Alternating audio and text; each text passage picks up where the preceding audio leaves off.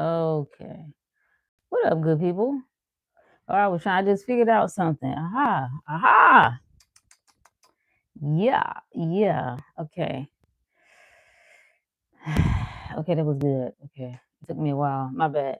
Greetings, my friend. Happy Friday. Yes, yes. Yes. Hey, Tanisha. Hey.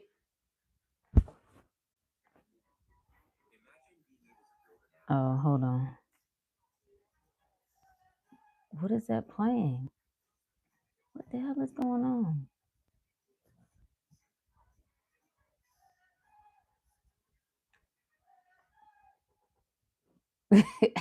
Why do I hear ad playing in the background? What is happening?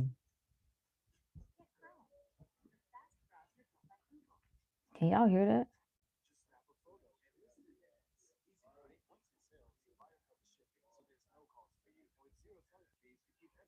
There's like an ad playing in the background.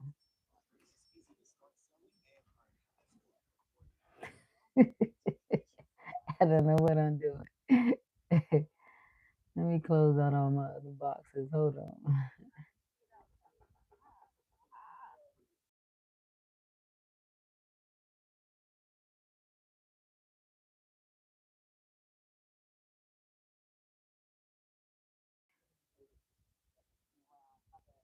Okay, hold on.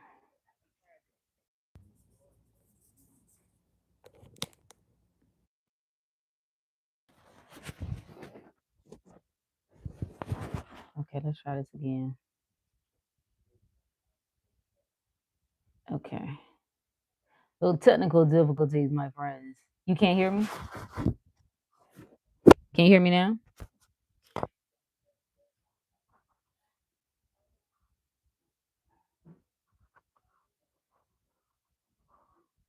Can you hear me?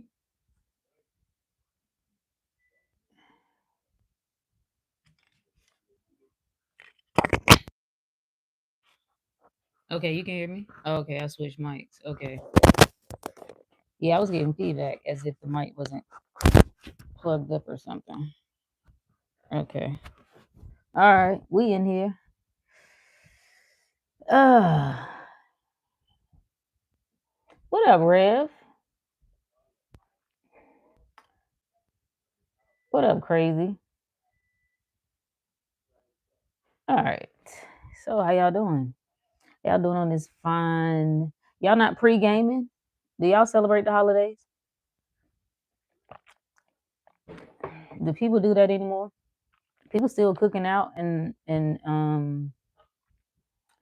I hate this. I hate the way this looks. Okay. How the hell you turn it off? Yes. Okay, good. Well, good. Well, shout out to everybody pre-gaming, prepping, doing all the things. See, it all works, whatever you like. So if you like to do it, it works. If you don't like to do it, it works. Yeah. Yeah. Hey, Maria. So I saw something interesting come across my desk, hiding in the room. That's always fun. Yeah, I had something interesting come across my desk. I was like, ooh, maybe I need to go here with it. Something is happening with this funky light. No, I think it's okay. It doesn't matter. Let's get into it. I want to read it. Yeah, we're just getting started. Hey, Brooke. Yeah, we're just getting started. Let me find it. So it's a couple pieces here. The idea of love and romance. Word on the street is y'all are destroying civilization because y'all too focused on love and romance. No, you're not late. We literally just started. I was trying to get some stuff together on my side. So no, you're all good. Because apparently Disney movies Disney movies have destroyed y'all perception of love. That's what's wrong with y'all. See, it's the women that's what's wrong with the world. And in the beginning, people just married strictly for business purposes. It was all about building, and that's all that matters. It didn't matter if you actually love the person. Okay. Now y'all came in here and they gave y'all movies and all these images of how you can love, right? Actually enjoy the person you're with. And now y'all think that that's the minimum requirement for relationships. That's a story we're getting. Mastermind, what up, my friend? That's a story we're getting, that you are destroying everything because y'all ain't never satisfied. Because how dare you? How dare you? How dare you want to prioritize your heart and soul? No, no, no. You need to get together so you can pay your rent. That's what you need to focus on. You need to get together just so you can, I guess, continue the bloodline. Whatever, whatever. Appreciate you, Morgan. So let me read this first. Let me go all the way back. So I'm pretty sure many of you saw the couple that whatever, they climbed on top of the Empire State Building, right? They had the banner, which I thought was pretty nice. It was a nice little touch. I don't remember what it said. What was it? Something to the effect of, when the power of love is greater than the love of power, the world will see peace, or something like that. Okay, nice, nice. So they climbed to the top of the Empire State Building, and the man proposes to the woman. I like it. I like it.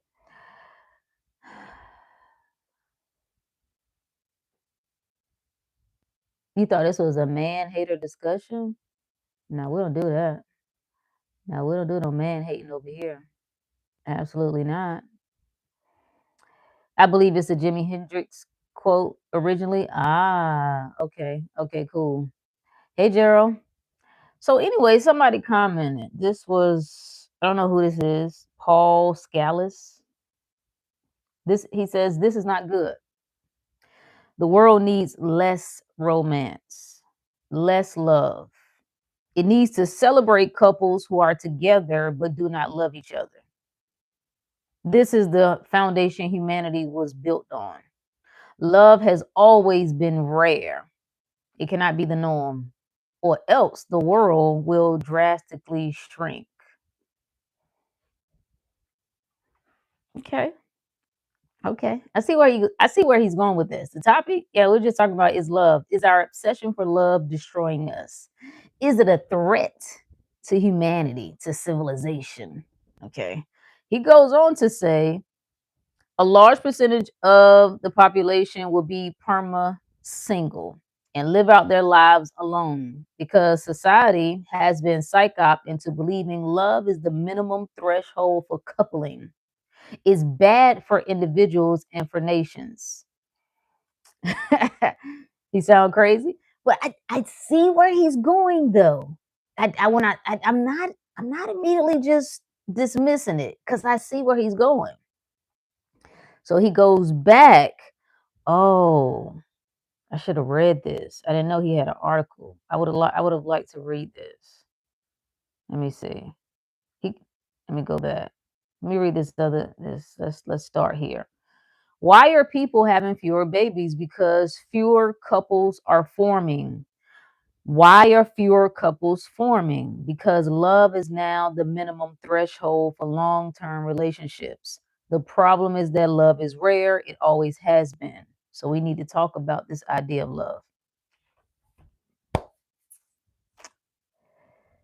Well, now, the man got a point. He has a point. He has a point in that there's been a shift in how we view relationships. There's been a shift in how we view what's most important. He's absolutely right.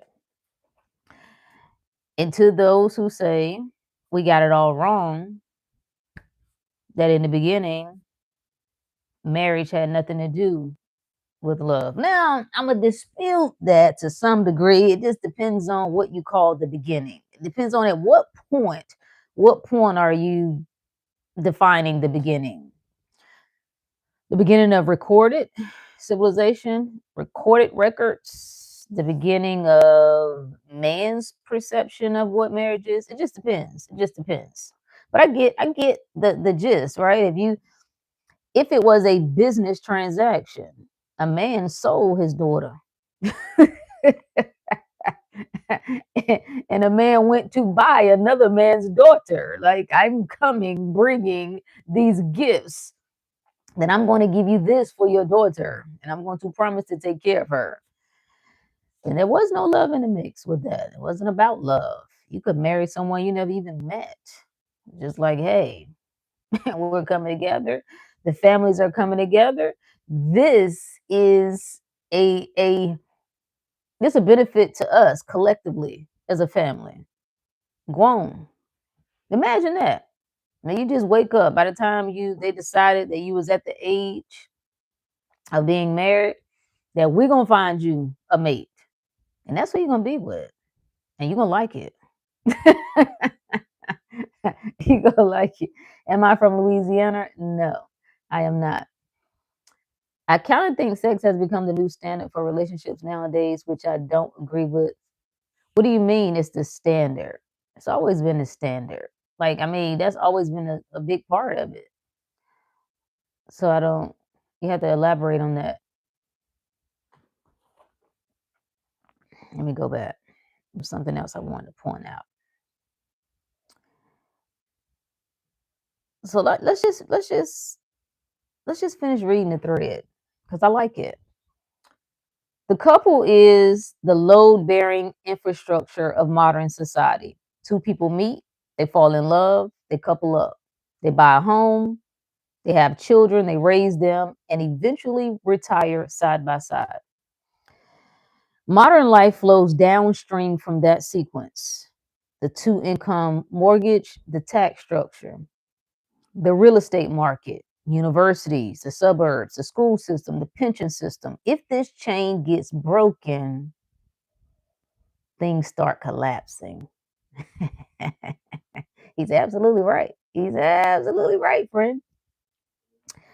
The requirement for love as the entry position for serious relationships is quite new. For most of history, marriage and families were about other things, and love was a side effect of those things. But now love reigns over the land. So what has changed? Women. Women now have more power and independence than ever before. So they are setting new rules for coupling up. The rule is love comes first. Coupling is declining across the world, not just in Europe and America, but in places like Korea, Turkey, and Iran. No, it's not Iran. Iran. How do we pronounce that correctly? We call it Iran. It's Iran. Is it Iran? I can't, you know what I'm talking about. You know how to correctly pronounce it. And if you don't, look it up. Where marriages have fallen short sharply in recent years. With liberation comes many different types of women. That's what liberation does. It opens 1,000 roads to identity that were closed before. This makes dating difficult. But all these different types of women have one thing in common. They worship love. We banging against love, huh? This is okay. You see it in all their consumption patterns. The bad news is love is rare. The good news is it isn't mysterious. We know what the structure of love is like. Everyone who has ever been in love has felt it. Let me see. Do I want to read all that? Okay, we're not gonna read all that. He goes into whatever the 5 phases of love is, I guess, according to him. Blaming men is common now because falling in love is rare. He's got a lot of emphasis on rare. This love thing is rare. It's rare. It's rare. Okay. For most of history, women didn't have that much of a choice. Now they do, and they want love. How dare her? How dare her? The requirement for love in order to couple up will have big consequences for the world. As long as love remains the minimum threshold for entering long-term relationships, the birth rate will continue to drop. Because again, he says love is rare. It always has been. We need to study love because it rules the world now. Women demand love in order to couple up and reproduce. Blah, blah, blah. He goes on and on and on. That's enough. We get it. We get what he's saying. He's right. The game has changed. I don't think this is just women either. That there's still men. There are men that fall in this category as well. But we'll go with women. I'll take it for the majority of this. The guidelines are changing.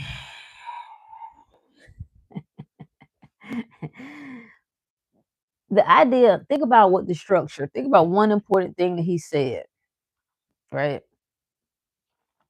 He said everything springs off of this, right? It's the infrastructure, it's the load bearing infrastructure of modern society. Starts with the two. And that too. And you, when you think of infrastructure and you think about society, listen to everything that he lists: a home, raising children, right? A mortgage, the tax structure, real estate, universities, the suburbs, the school system, the pension system, money. You're messing up our money, is what you're doing, by suggesting that the minimum entry for love, for relationships, is love. Because it shouldn't matter. I hear people saying this all the time, not just him, that people have lost the plot, that you need to stick to the basics. And I think some people do.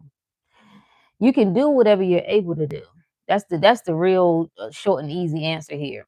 If you can live without love, then you'll do it. If you can live without tending to the issues of the heart, you'll do it. And oftentimes the earlier parts of your life, when you're unconscious and unaware, that's all you got to go by. You go by the structure. The structure says, look for someone who has these characteristics. Look for someone who looks at life through these lenses. They value these things. And that's all you can go by. That's how you decide whether or not I'm interested in this person, whether or not I'm not. But at a certain point in your life, something happens and you become more aware. You become more aware that ain't enough. That ain't enough. That ain't enough. It ain't enough to keep me here. And his emphasis on women got options. And I find it so funny that all the solutions that I've seen in regard to this issue of relationships is you need to restrict women's options. If you would restrict her options, then we could keep them in line. That's really what they're saying. Hey Ricky, that's the solution. Like if you put it in a marriage, bring some laws that say you can't leave. No fault marriage, right? No fault divorce. I'm sorry. So you can't leave. This is the solution. The solution is make sure that heifer can't get out. And in that way, I'll ensure that she stay in place. If we can't do it there, we'll do it with the church. But that's losing its steam. So even that ain't enough to hold her. The fear of God or the wrath of God ain't enough for her to stay there. So now let's figure out other ways. You sound crazy. Everybody, I just want to tell you that. Everybody sounds crazy. Underneath all of what we see, because every time we witness society, every time we watch it, things are unfolding. You got to go a step beneath that consciousness. It's a conscious shift that's happening. Ain't no way, you ain't turning back. It ain't no going back. It ain't no going back, friend, because we all one mind. And the more we learn, the more we explore, the more we consider, you can't go back. You can't. That's over. That's over. So trying to tell people at this stage of the game that you should deny yourself, You should just deny yourself. You should just be okay with the shell of a person.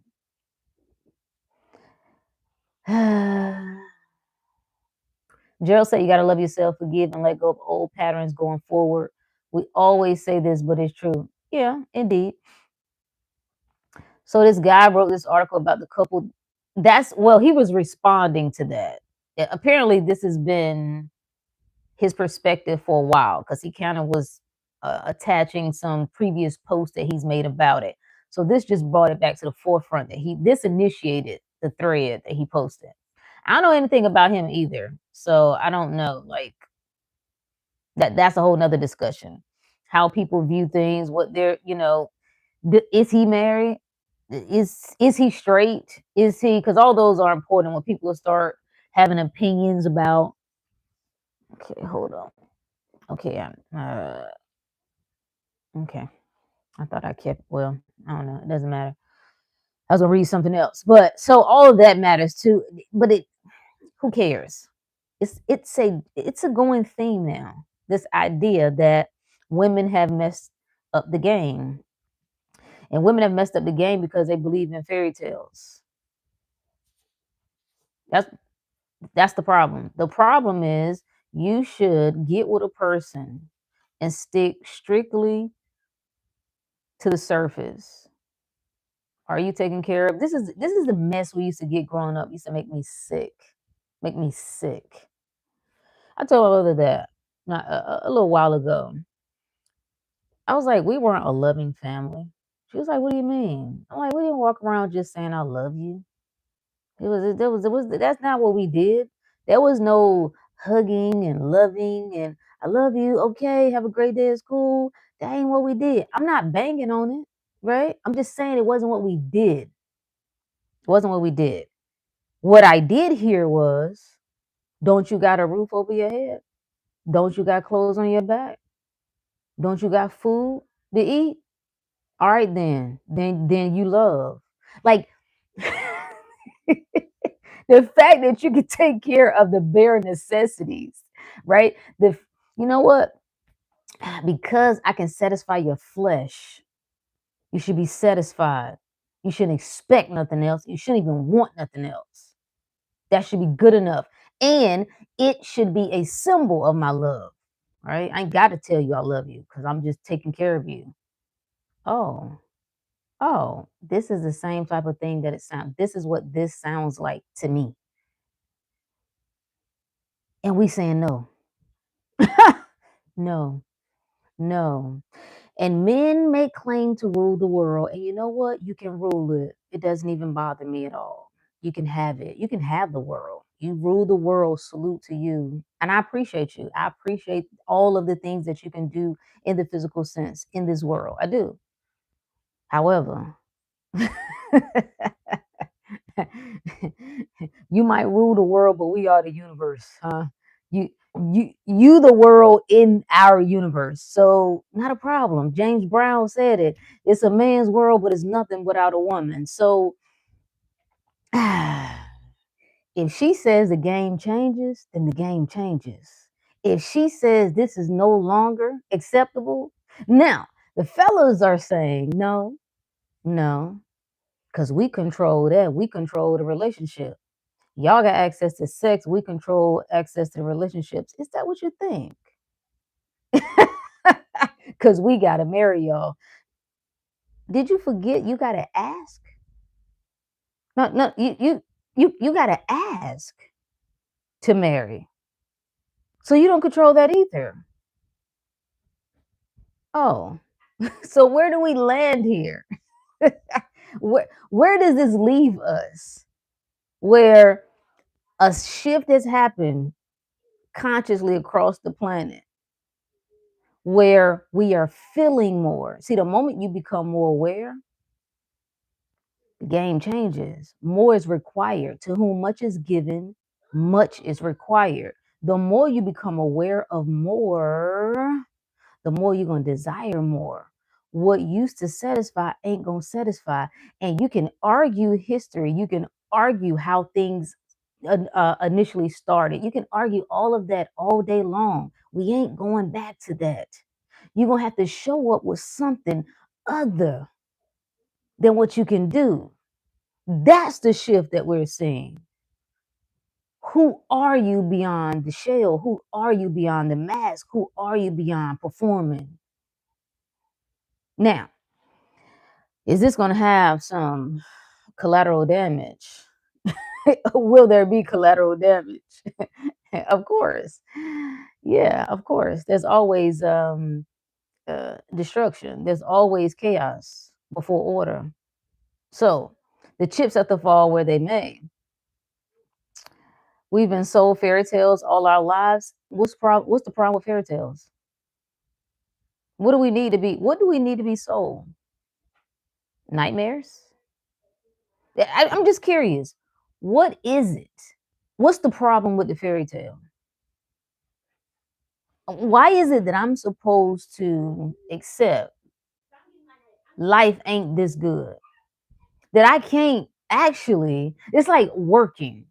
Like it's a fairy tale to believe that you can't actually do work that you enjoy and get paid well. That's a fairy tale. You just need to understand this the way it works. You just can't wait to that job and you do it for 30, 40, 50 years because you need to take care of yourself and your family. That's the real. The fairy tale is actually I ain't got to do it that way. Actually, I don't have to just be with somebody just for monetary reasons. I don't have to be with somebody just because I'm scared of being by myself. I just want somebody to hang out with so I can have somebody to go to events with. You know what I'm saying? I can have somebody just to pop some kids out with. No, actually that I don't actually I can do all of that with somebody I actually enjoy. With somebody who's in tune with myself. I'm in tune with them. True oneness. The two becoming one. What we're seeing is that the illusion that you can bring two bodies together and make them one, false. False. Bodies don't become one. Minds become one. Minds become one. So I'm here for the fairy tale, actually. I think men are starting to question their masculinity because the concept of femininity has changed. Well, I think it's more the story men it's an identity collapse. If it has been embedded in human consciousness that the idea of a man is defined, his value is defined by what he does and what he produces. And then society shifts to now say what you do isn't enough. That's an identity collapse. If my value is connected to what I do and you tell me what I do is no longer enough, I got a problem. We got a problem. The problem ain't with us though. That's not yes, yes. The problem is listen to what we're saying. I'm mad that somebody wants more from me than what I can do for them. Listen to how crazy that sounds. This woman got a nerve to say, it's not just what you do. I'm interested in who you are. And I'm mad about that. Because I just want that heifer to be happy that I'm paying the bills. Now, this is not a discussion about relationship dynamics, okay? Women got work to do. We all got work to do, right? There is room for conversation that listen, appreciation, respect, right? Acknowledging when you do have things, appreciating what a person does for you. That's a whole separate discussion. Yes, that is an issue. That's a big issue. I've seen it. I've been around women my whole life. I've been around some interesting women, okay? I've seen it, all shades. I was young and old, so I know how women can be. However, that's not what we're saying here. We're saying whenever I talk, always think of the ideal person that you would entertain. I'm not talking about the bottom of the barrel people that you aren't interested in and wouldn't choose. Okay. We're not talking bitches and niggas. Okay. We're talking men and women. So you would be entertaining a person that doesn't value you and doesn't appreciate you, would you? Okay. I would hope not. Real love isn't a fairy tale, but it's obtainable. because it's what we come from. It's who we are. It's who we are. So when you operate through the lens that love is a fairy tale, then you make the essence of who you are a fairy tale. If you're using fairy tale with it as this negative thing. Ricky said my paternal side was loving until the late 90s. Interesting. Interesting. The boomers in my family are a proud, ornery bunch, cold hearts, and scarcity mindset. That's another thing. The cold hearted. The cold heart. Oh, I didn't even read it. What led me to this? This was actually the whole point of this discussion. I stopped. I stopped at the. I wanted to start here because this is what this person that I wanted to respond to was responding to. This is what this lady said.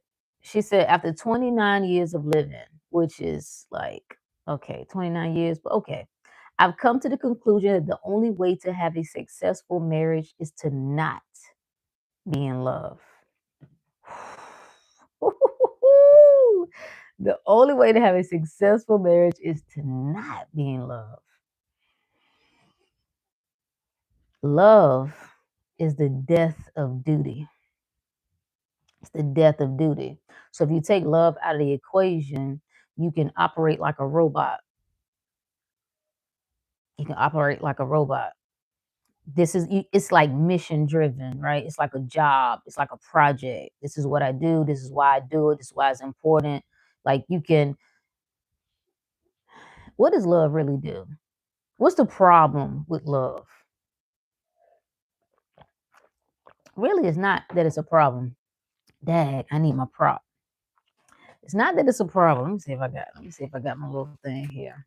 It's not in and of itself that it's a prop. It does something. It and what it does becomes a problem. What does it do?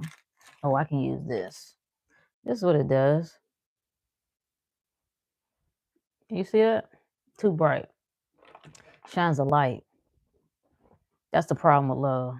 The problem with love is you're gonna get exposed.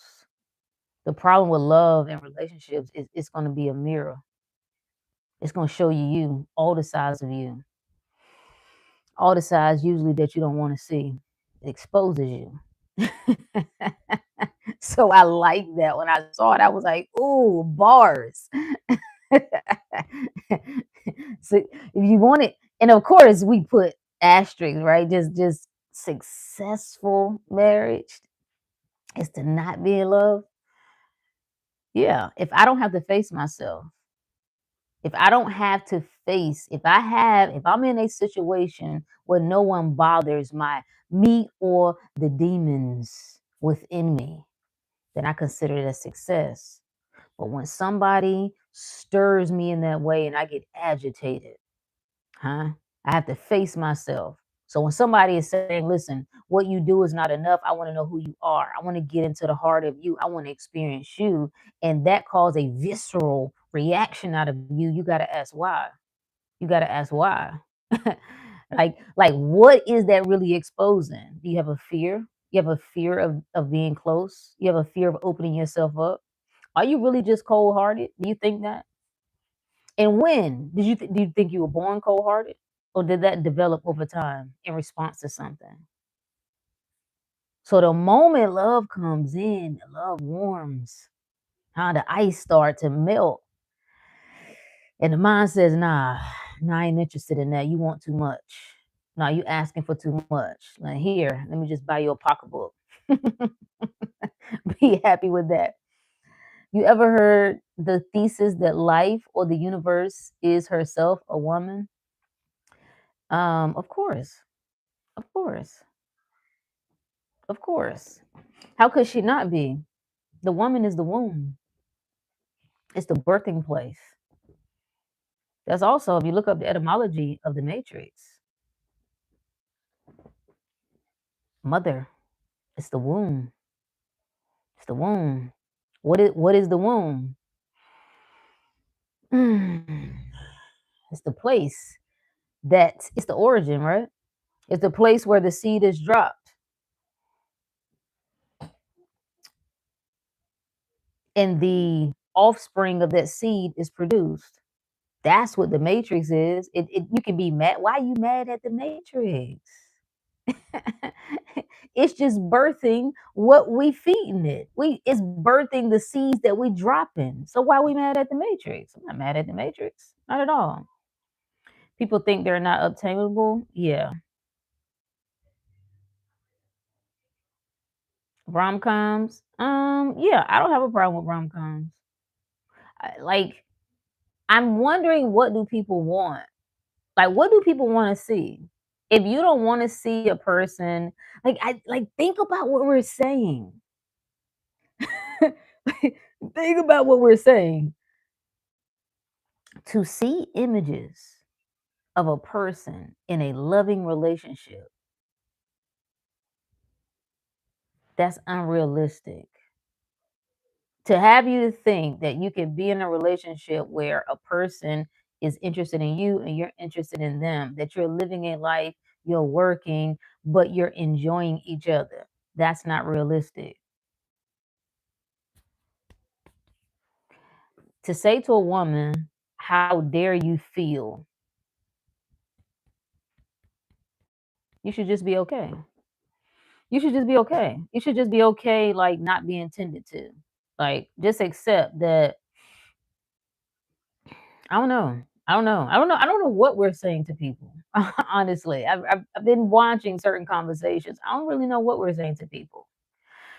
All I know is the answer is no. That's the reaction that you're seeing. You can get mad at what you see unfolding by way of certain women, but what you see is the offspring of something. The same way we've seen men respond a certain way from being in terrible relationships with terrible women, that's an offspring of something. It's all an offspring of something.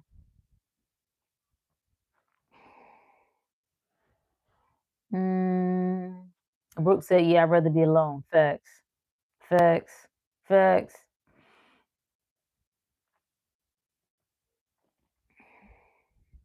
You're saying many are followers? Of course, of course. We're living in a time where we can have everything at the palm of our hand. At the same time, we still can't say anything we want or we'd be in danger. What does that mean? Make sure I stay alive. Wait a minute. What? What does that mean? What what is that? What is that? What does that mean, Gerald? What are we talking about here? I don't know. I can't agree with that. I'm not going to be in danger. I'm not going to entertain any thoughts of me being in danger because of something that I do or say. I don't want to subscribe to that type of thinking. So, what's the solution? I think we're going to watch it play out the way it plays out. The solution is not to force us to go back to a state of mind that we've evolved beyond. We ain't going back to that. We ain't going back to that. Trying to use our grandmothers as an example,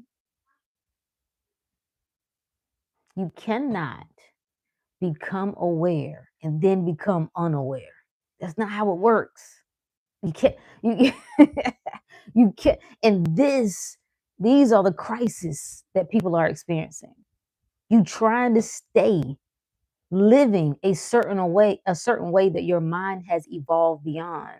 It ain't good enough. Because if it was, you'd be happy. If it was, you'd be satisfied.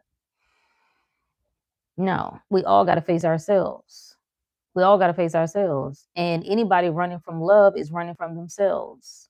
So if that causes a society collapse, then so be it. So be it. For somebody, anyway.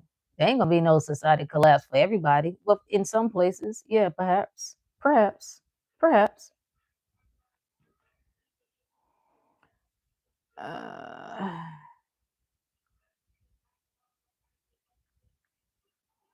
takes away his ability to produce, and now women are producing. Yeah. Yeah. Yeah.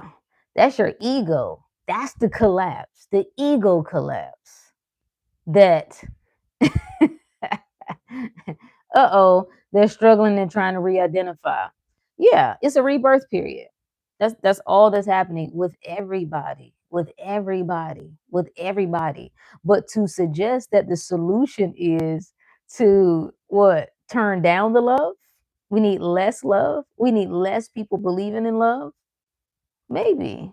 Maybe. I think there is enough out there for everybody.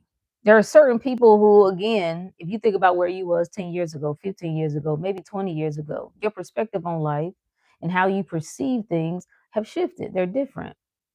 So I used to believe that love was unnecessary. It sounds crazy to hear me say it now. But what I mean is that I thought people got too caught up with it. I believed in this exact perspective here. This exact perspective that listen, society has to function. We have things to do. Ain't nobody got time for all of that. All right. You need to get to the business of handling the business. Okay. But what was that a reflection of?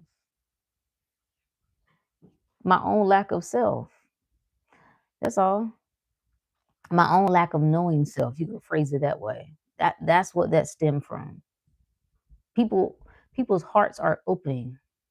And once a person's heart opens, there is no going back. You can't tell someone not to feel. Once they can feel like, no, no, no, that's too much. It's too much feeling. No, you're desiring too much. And then when I want, like when I talk to the people who are, you say you evolved, you've had some level of a spiritual, whether you call it an awakening, evolution, whatever, transition, transformation. I find it bizarre that you have a problem with this. I find it very weird that you're saying you as a creator, you knowing yourself as God, that a desire is an indicator that something is seeking expression through you. That with this, when it comes to love, you say, I'll shelve that, put that to the side. No, I ain't got time. That's not important. And it shouldn't be important to you. I guess. I guess, friend. I guess. Yeah. Got to follow the laws in place. Oh, okay. I mean, you know what you mean. I didn't follow initially. Okay. Okay. All good. All good, friend. All good. Yeah, we're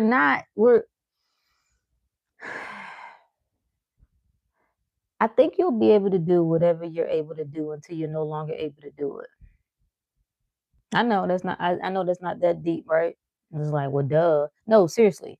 You will be able to live a soulless life until you become aware that you have a soul. You will be able to live a physical, mundane life until you become aware that more is available, more is possible. There are certain things that go beyond analyzing. There are certain things that go beyond the data. There are certain things that go beyond history. There are certain things that you are going to experience in your life you're not going to be able to explain.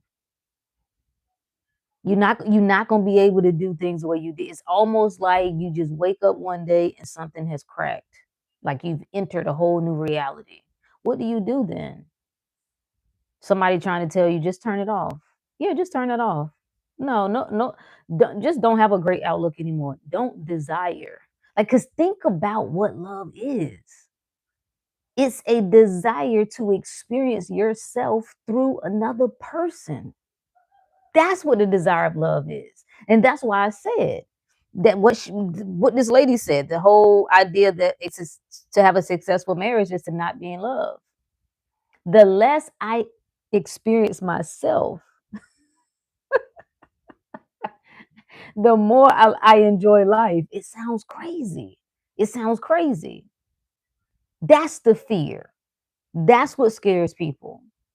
Love is an expression of you in another person. That's what you're experiencing. You and another person. The essence of who you are in another person is why it feels amazing. It is why it feels inspiring. Is why it makes you feel 10 feet tall. Is why people will travel miles and do all sorts of crazy things. Because it's you. It feels like you because it is you. So if you think we going back, Dr. Money Magnet, what's up, my friend? We not. Brooke said, I think that's basically the sort of perspective people often gain from rock bottom. You become so open or just done that there's no going back, right? And so when you hear people say, well, y'all just gonna be by yourself. No, no, that's not gonna be it. That's not what's gonna happen. But let's just say that was on the table. So you can't talk to creators like that. You can talk to people who are not aware. You can talk to people who don't know no better, but you can't talk to a G like that. You can't talk to a guy like that. Cause they know you can't threaten me. See, that sort of talk is I want you to do what I want you to do. I want you to see life the way I want you to see life. And since you want, I'm going to threaten you. I'm going to threaten you with the idea that I can take something from you. That something is you're going to be cut off from something. You can't do that to a G. That don't work. That works on somebody. But let's just say, just for the sake of conversation, right?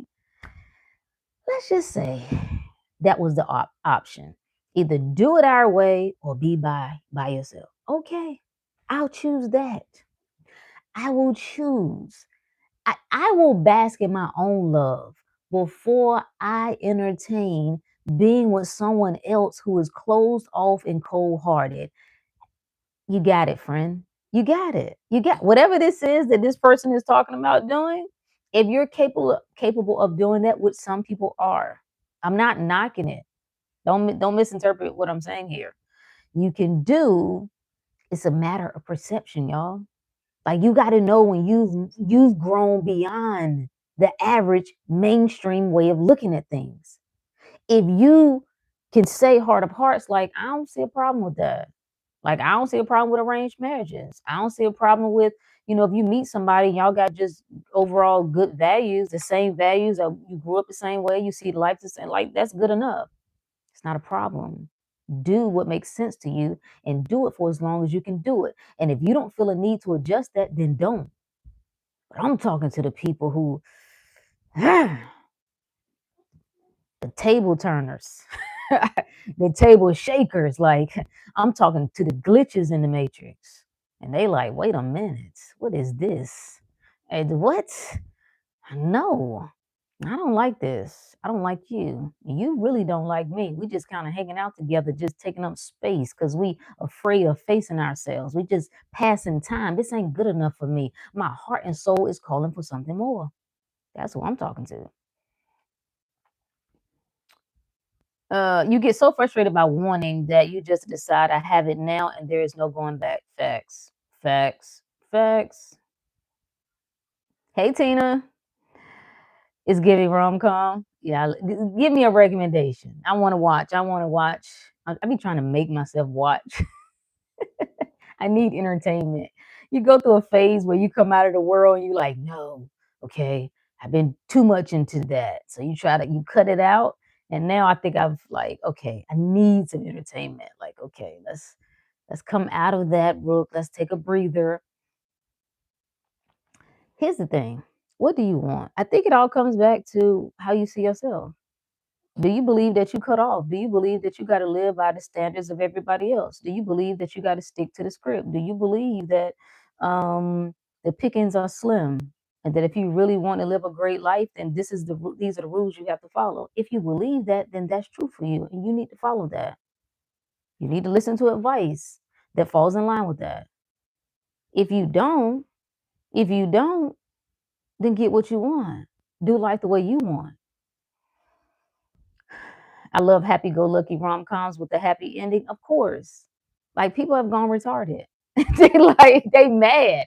No, you think everything is just a happy ending? Yes, actually. Why wouldn't it be? If everything is my mind, if this reality is my mind, everything is a reflection of me. Why wouldn't it be?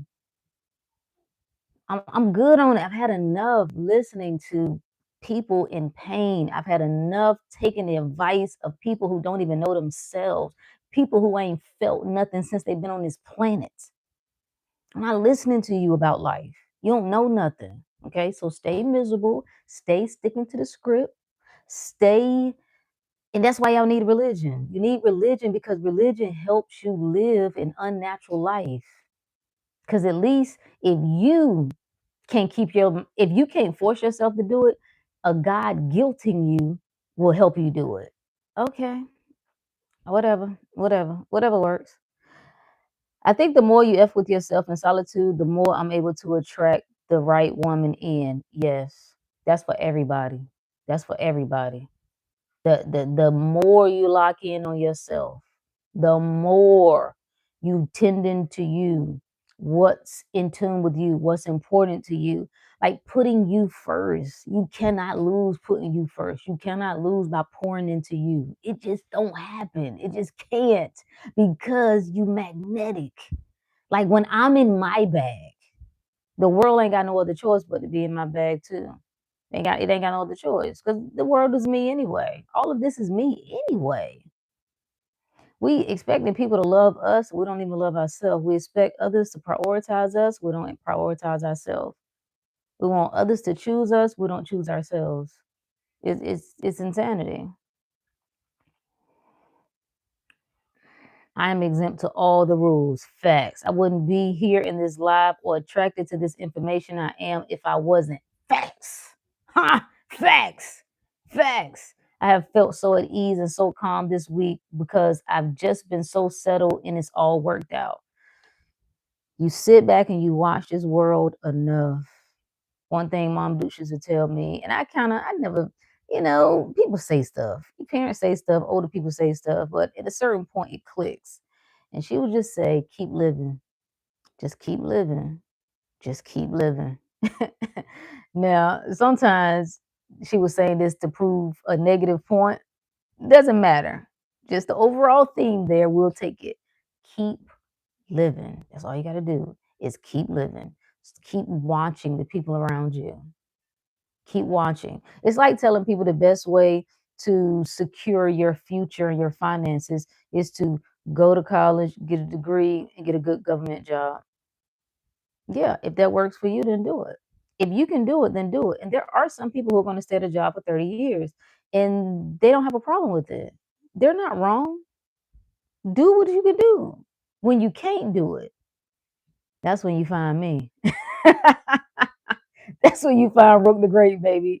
When the regular just don't work no more. The settling just don't work no more. Mm-mm, mm-mm, mm-mm. I think we're going to get everything in the right time. No, you're going to get everything the moment that you decide you're going to get everything. And I know what you mean. I know what you mean. But I just want to emphasize that you have to decide. You got to be an active force and authority in your life, right? No stress over loving another woman and vice versa for women. Don't stress about getting old and not finding the right guy. No, but you have to just acknowledge what's true for you. And also acknowledge what you want. I wouldn't just be like, well, I'd get a little bit intentional about my life. Do you want? I think everybody does. I think people lying. I think people lying. I think we're learning how to live without things. But think about the desire for a companion. It's you. You're both male and female. You're both man and woman. Of course, it's your nature to desire the counterpart. That's just, why not? Ricky said, I'm not listening to people who can't function without drugs or alcohol. There we go. There is no time. I have it now. Facts. Thank you for my sparkles, Gerald. I've been noticing quite a few people I know who drink every single day, and it hinders our ability to fully interact on an intellectual level. Yeah, but you have to ask too, though. Like, what's behind that? Like, what's behind that? Like, what really? We're trying to quiet something. The constant need to dull ourselves, numb ourselves from the world that we're in, the life that we're living, whether it's our own thoughts, because sometimes it's that. It's just so much emotional chaos going on in the inside. I need something to take my mind off of that. And sometimes it's alcohol, sometimes it's smoking, sometimes it's eating. See, eating is really safe because nobody pretty much will judge you. Like nobody is concerned. I mean, you can do it and gain weight. It's whatever. Nobody finds it to be a problem when you do that. So it's a perfect one to hide behind. But it can be anything. Social media, hanging out, hooking up with people randomly, any of it.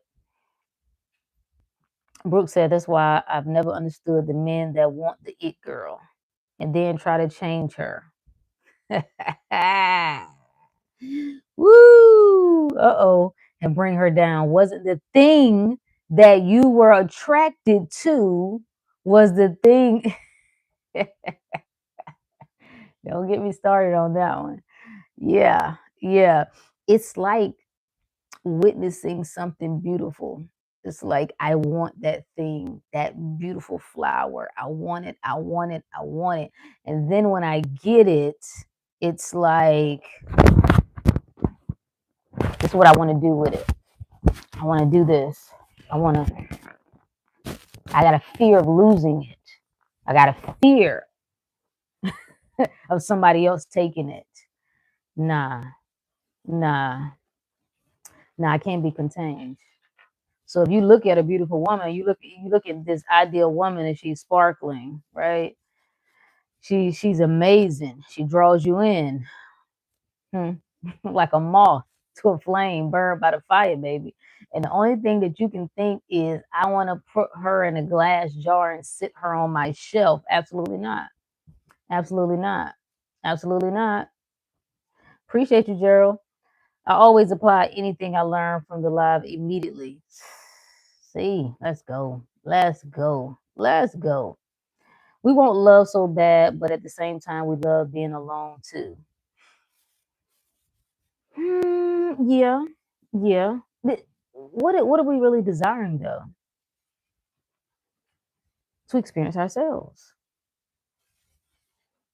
That's the desire for love, to experience ourselves. Oftentimes, humans, though, in true human fashion, make it about the other person. So we assign the love to them as if they're the source of it. Well, if somebody else is the source of the love, guess what they can do? They can take it. If they can give it, they can take it. Ugh, ugh, not good, not good. And that's why we want to possess things, right? I want to own it. I want to make sure that you are here. You don't do anything. I need to ensure that you're here. See, you should need to do that. Like I don't want to have to give you restrictions to ensure that you here, that you rocking with me, that you loving on me, that you prioritize me. I don't want to give you guidelines for that. I want you to be totally free to do anything you want to do. Totally free. Okay. And then you choose. Like you ain't got no other choice, but listen, I got to be there. I got to be there. Love. I must. Same thing for the ladies. Or for the fellas. Like when it comes to a woman, why you gotta do all that? Like why you gotta restrict somebody? I found that people who desire to control another person is because are those who don't feel like they can control themselves in their own lives. I was trying. I found this book I pulled out of. Dang, it's well. I'm gonna read it first. I'm gonna read it first, and then we're gonna talk about it. But it talks about the history of marriage, the history of being a wife, and all that. And it's some interesting pieces there.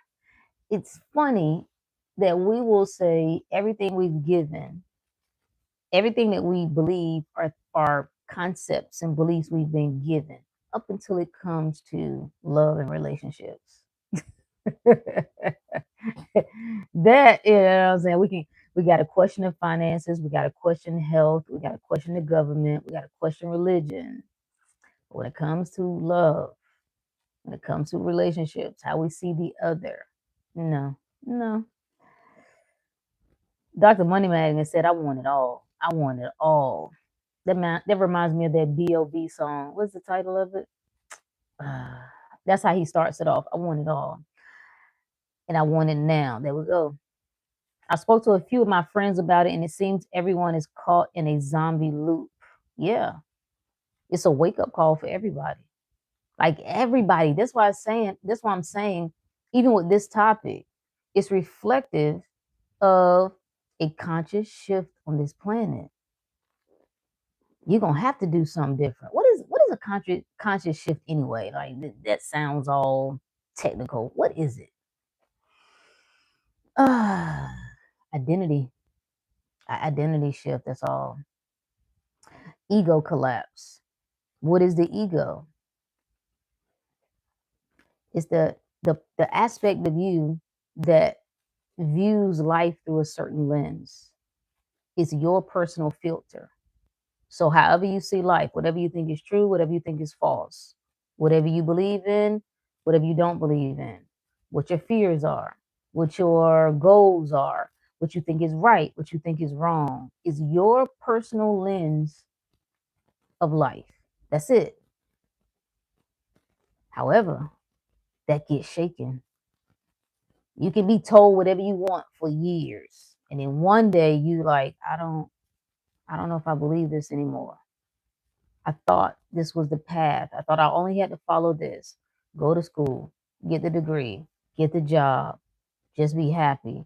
But I've done that and I ain't happy. Restructuring. It's a restructuring. It's internal restructuring that's happening. Now, what ends up happening is people thrust themselves into a state of suffering because they want to hold on to what has passed away. The old mind is done. And then you know it's done because you can't rest. You can't live like you used to live. If you are cool, whatever your current belief systems, if you are in harmony with that, you live fine. You get up and do the things every day. You're moving through life. You're feeling good. When you get an internal disruption, is because those beliefs no longer hold anymore, which means your mind is saying, we must step into something new. We must adopt some new ideas, some beliefs, a new understanding. Our awareness has expanded. People go through hell for years because they won't let go of the whole old. Like, think about a job. If you in your mind know that I can't continue working like this, living like this, right? Every day, but your entire beliefs, like your value system, maybe we should say that, is that no, this is what's safe. This is what's secure. This is a good job. I got good benefits. I can't just leave. Now there's a war that happens. You know, your heart is saying, follow your dream. This is the time. You've been wanting to do this. Like, look at all the opportunities online right now. Literally, you just put your phone. You can do anything you want with your phone. You can make money with your phone. Like, you're not even trying to do no hobo stuff. This is something that's been near and dear to you. So your heart is saying, yes, now is the time. The mind is saying, no, that's dangerous. Look at the economy. Look at what people are struggling. Look at the prices. So now you're in hell. And all you have to do is just let go of that. That's the war, y'all. That's the true marriage. The marriage is between the head and the heart. That's what must come into harmony. Yeah. Yeah. In terms of relationships, how would you bring love into your life? What do you mean? Like romantic relationships? I would think this is already, if you're in a romantic relationship, you shouldn't have to bring love into it. It should already be there, right? Well, let's just keep it general though. The only way you're going to bring love into your life is to recognize it within yourself. That's how you do it. Why people are drained, why people are burnt out, why people are angry when they like, oh, this isn't reciprocated and this and this. Why is that? Because they are giving what they don't have. I'm in performance mode. I do care about you, so I want to make sure you're good. But when I give you what I don't have, because I don't recognize it in myself, because I'm not feeding that within myself, then it feels like you're taking something from me. I feel drained. No, love replenishes. You should feel even better giving. That's when you know you're in a sweet spot. You should feel even better by serving, even better by loving. Like it should ignite you. When you don't feel that, it's like, oh, whoa.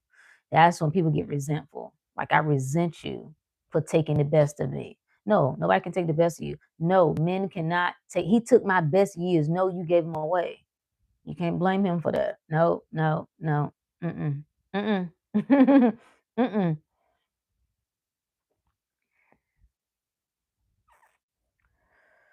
Uh,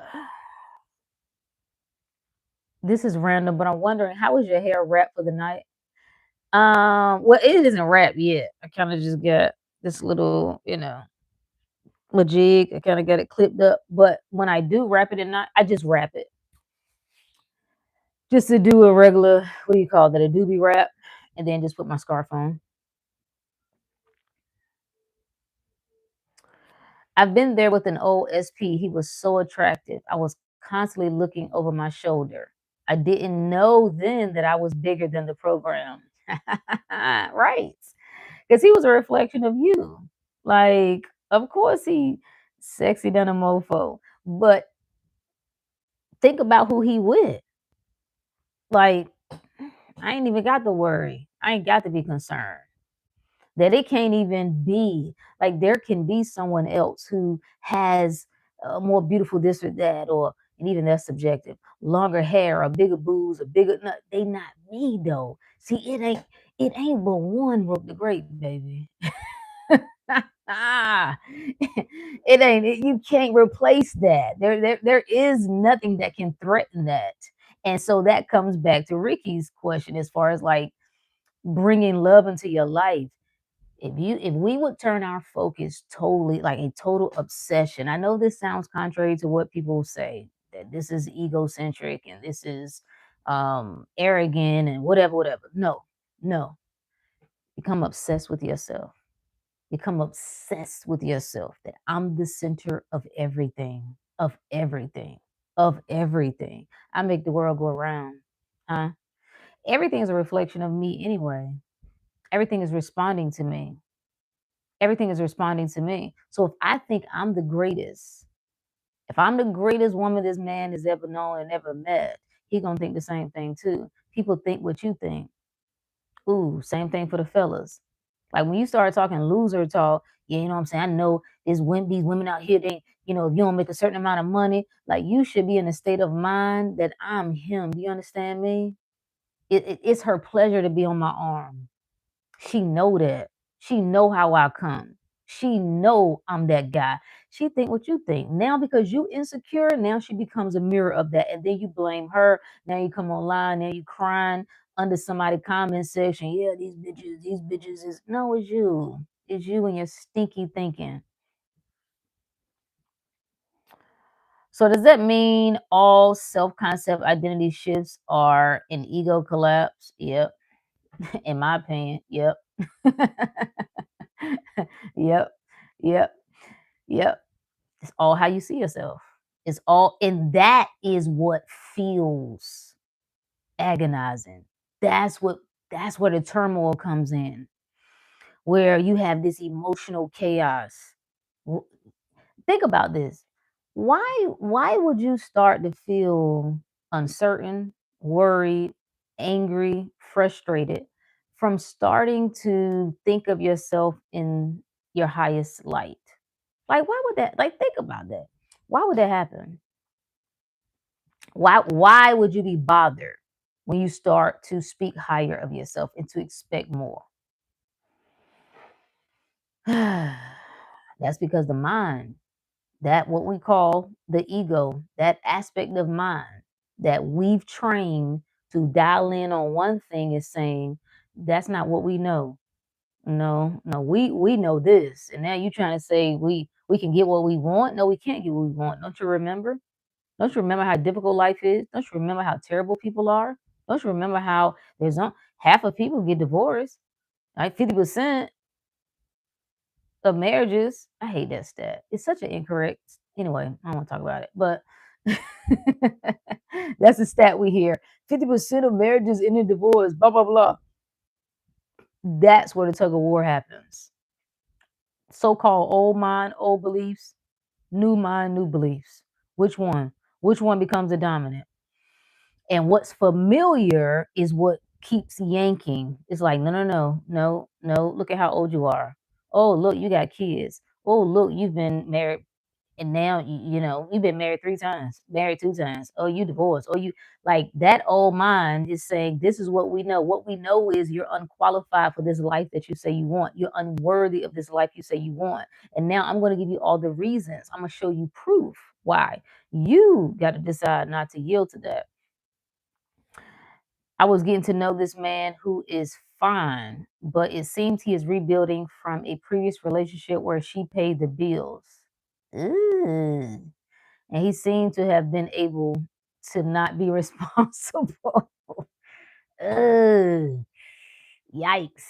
Yikes. Yeah, that's a turn off for me. So there's that. Yeah, that is very unattractive. Wow. Very unattractive. I know what you're speaking of, even when you try to do the old things. Yeah. That's how I feel about what's going on in society right now. People want you to believe that things are bad or there's a recession. I just can't wrap my head around it. Yeah. People want you to see what they see. I don't have to suffer just because people want you to meditate on one version of events. There we go. There we go.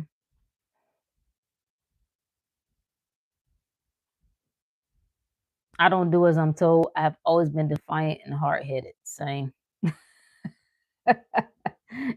If you ever want to turn on that part of me, yeah, just start. Yeah, try to tell me what you're not gonna tell me what to do. No, you're not gonna tell me what to do. You're not gonna tell me what to do. I want to do what I want to do. And I just need you to know that, and I'll take whatever comes with that. So you can't threaten me with the risk of consequence because I'll take whatever comes with it. That's how I see myself. Like, oh, okay. Well, what is gonna happen if you do? Oh, well, we'll see about that, won't we? Yeah, we will. Yeah, we will. I get told all the time I live in La La Land. Shout out to the La La Land livers. Okay. Thank goodness that some of us are living in La La Land and not the land of worry and despair. Listen to what people are saying. How dare you live in La La Land where you could be over here with us, living in the land of pain and destruction and oppression and what else they got going on? War, disease. That's where they want you to be. No, thank you. No, thank you. That's why I love Tam. Who is Tammy? Tammy Terrell. Who is that? I've been doing a lot of self-concept work this week. Yeah, I would make it a priority. I would make how I see myself, how I think about myself, the stories that I entertain about me and my life and what's possible and what's not. I make that the center point above everything. Ever since I've been joining these lives and practice the stuff Rook teaches, I've just manifested so much, including a new job. See what I'm saying? Oh, okay. Hold. Oh, okay. You see what I'm saying? Practicing. Emphasis heavy on the practicing. That's what Monday we are starting round 5 of our 33-day new mind reset. What we do is practice. See, being a theorist is one thing. It has its place. I have no problem with it. It has its place. But you have to practice thinking in your favor. You have to practice being intentional about your self talk. Have you ever done that? Have you ever made it a priority to check in with yourself 3 times a day? The moment you wake up, you speak in power to yourself. The moment you wake up, you're just reciting to yourself. My life is amazing. This world belongs to me. I always get what I want. Of course, this is an amazing day. Of course, this is a great day. All of my life is great. Everything in this world is at my beck and call. I get what I want when I want it. Life is always asking how it can serve me. Everyone is always looking to be in service to me. The work, like you just get into this flow. It shouldn't take you seconds and minutes to think. If I ask you like, yo, let's go. I just figured out how to share. We gotta do that. Like I wanna bring some folks on. And it's like, okay, you got 30 seconds. You got 30 seconds to go bar for bar with yourself. I need you to spit it. I need you to tell me how great life is. I need you to tell me how great you are. You shouldn't need to think about that. Right? Like you shouldn't be like, this is who I am. It's so in me. If I ask you what is wrong with the world, what's the one thing that nags you the most? You ain't got to think about that. Not only can you go 30 seconds, you can go 30 minutes. How is it that you fluent in what you don't like? What you're not fluent in what you do? How is it that you're fluent in who you don't like? But you're not fluent in yourself. That's a problem. That's a problem. So, yeah, y'all join us. If you would so like I'll make a post about it too. But we're just doing it in a group setting. It's just away from all of this. When we come in there, every time we step in there, it's la la land. That's what we are. That's all we talk. We just talk that talk heavy. It's not about the problem. It's not about what's not working. We don't even consider or entertain what's not working. We don't consider or entertain that you're doing anything wrong. It is about what is true for you. What story are you sticking to no matter what? The end. Uh Yeah, congratulations. Congratulations, Brooke, on the job. Shout out to you. To me, it's like that saying, don't put the cart before the horse, but that's kind of exactly what you're doing when you manifest. It's exactly what you're doing. Appreciate you, Gerald. Thank you, Brooke, for my flower. Hey, Keita. Shout out to Allison in La La Land. You know, I'm glad you mentioned that because somebody mentioned that last week, and I said I wanted to see that. Somebody asked me my thoughts about Alice in Wonderland, and I was like, let me look at it again before I speak on it. So I'm gonna watch that. So true. I've been more intentional about my thought loops. Here's some. I'm gonna tell you what really happens, right? Because it sometimes it might sound like it's a lot, right? Even going back to what we do with the 33-day reset for 33 days, you're checking in with yourself 3 times a day. And you're doing it in a group setting, which means it's some accountability and it's a little structure. Like, yo, you have to come in the group, post your check in, and go on about your business, right? What you find is when you become conscious of a thing, you turn the light on. You're turning the light on to what you want and what is true for you.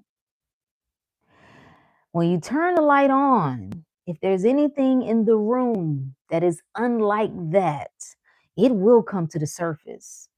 You will notice other things that seem to be contrary to that.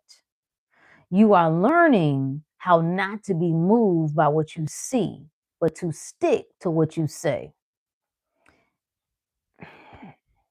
What else is there other than that? Once you got that, it's not that's it, friend. That's it. This world can no longer move me. My own thoughts can no longer move me. My own feelings in my body can no longer move me. I'm in control. I am all awareness. I'm the one setting the tone. I'm the one noticing everything. Yes, I can think a certain thought and don't like it. Yes, I can feel a certain feeling and don't like it. Yes, I can witness conditions that I don't like, but but I can be still and know none of that means anything. None of it changes who I say I am. None of it. None of it is an indicator that I'm not there yet. None of it is a sign that I'm not as good as I thought I was. None of it. Tammy Terrell is one of the only musicians I like to listen because it's all love. Really? Is that an old school? It seems like I know that name, but I can't place it in my head right off.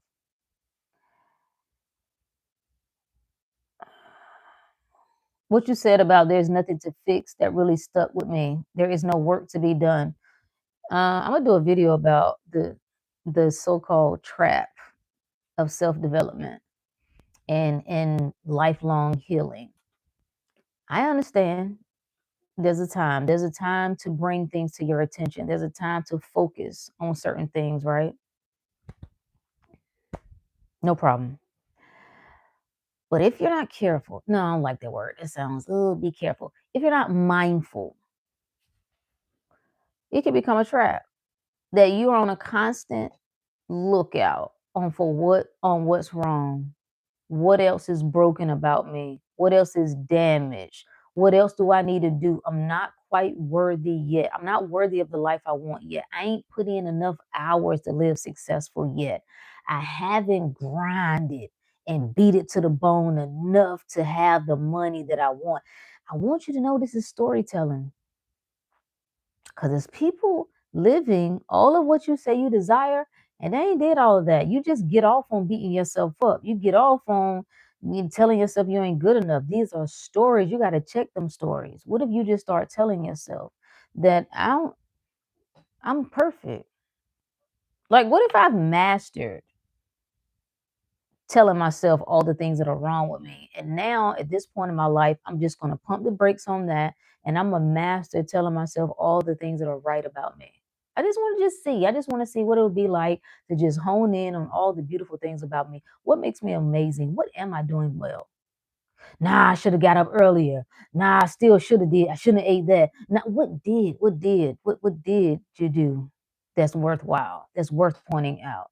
It's a shift in mindset. That's all it is. I love myself. I live in luxury and bathe in it. Listen, shout out to the luxury livers. I got to have it. Like even waking up in the morning, you ain't got to wait until the physical place reflects that. You wake up in the morning. I live in absolute luxury.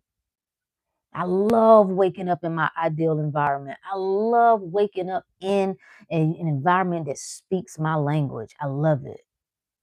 It's leaving this world. This is why meditation can be so useful. You practice taking your attention off this world that feels so real and final. And you start turning eye here.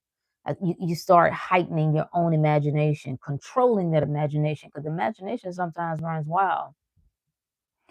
The negative thoughts start, and I say, these thoughts belong to the old mind, not my new identity. There's nothing to fix. Powerful, powerful, very powerful.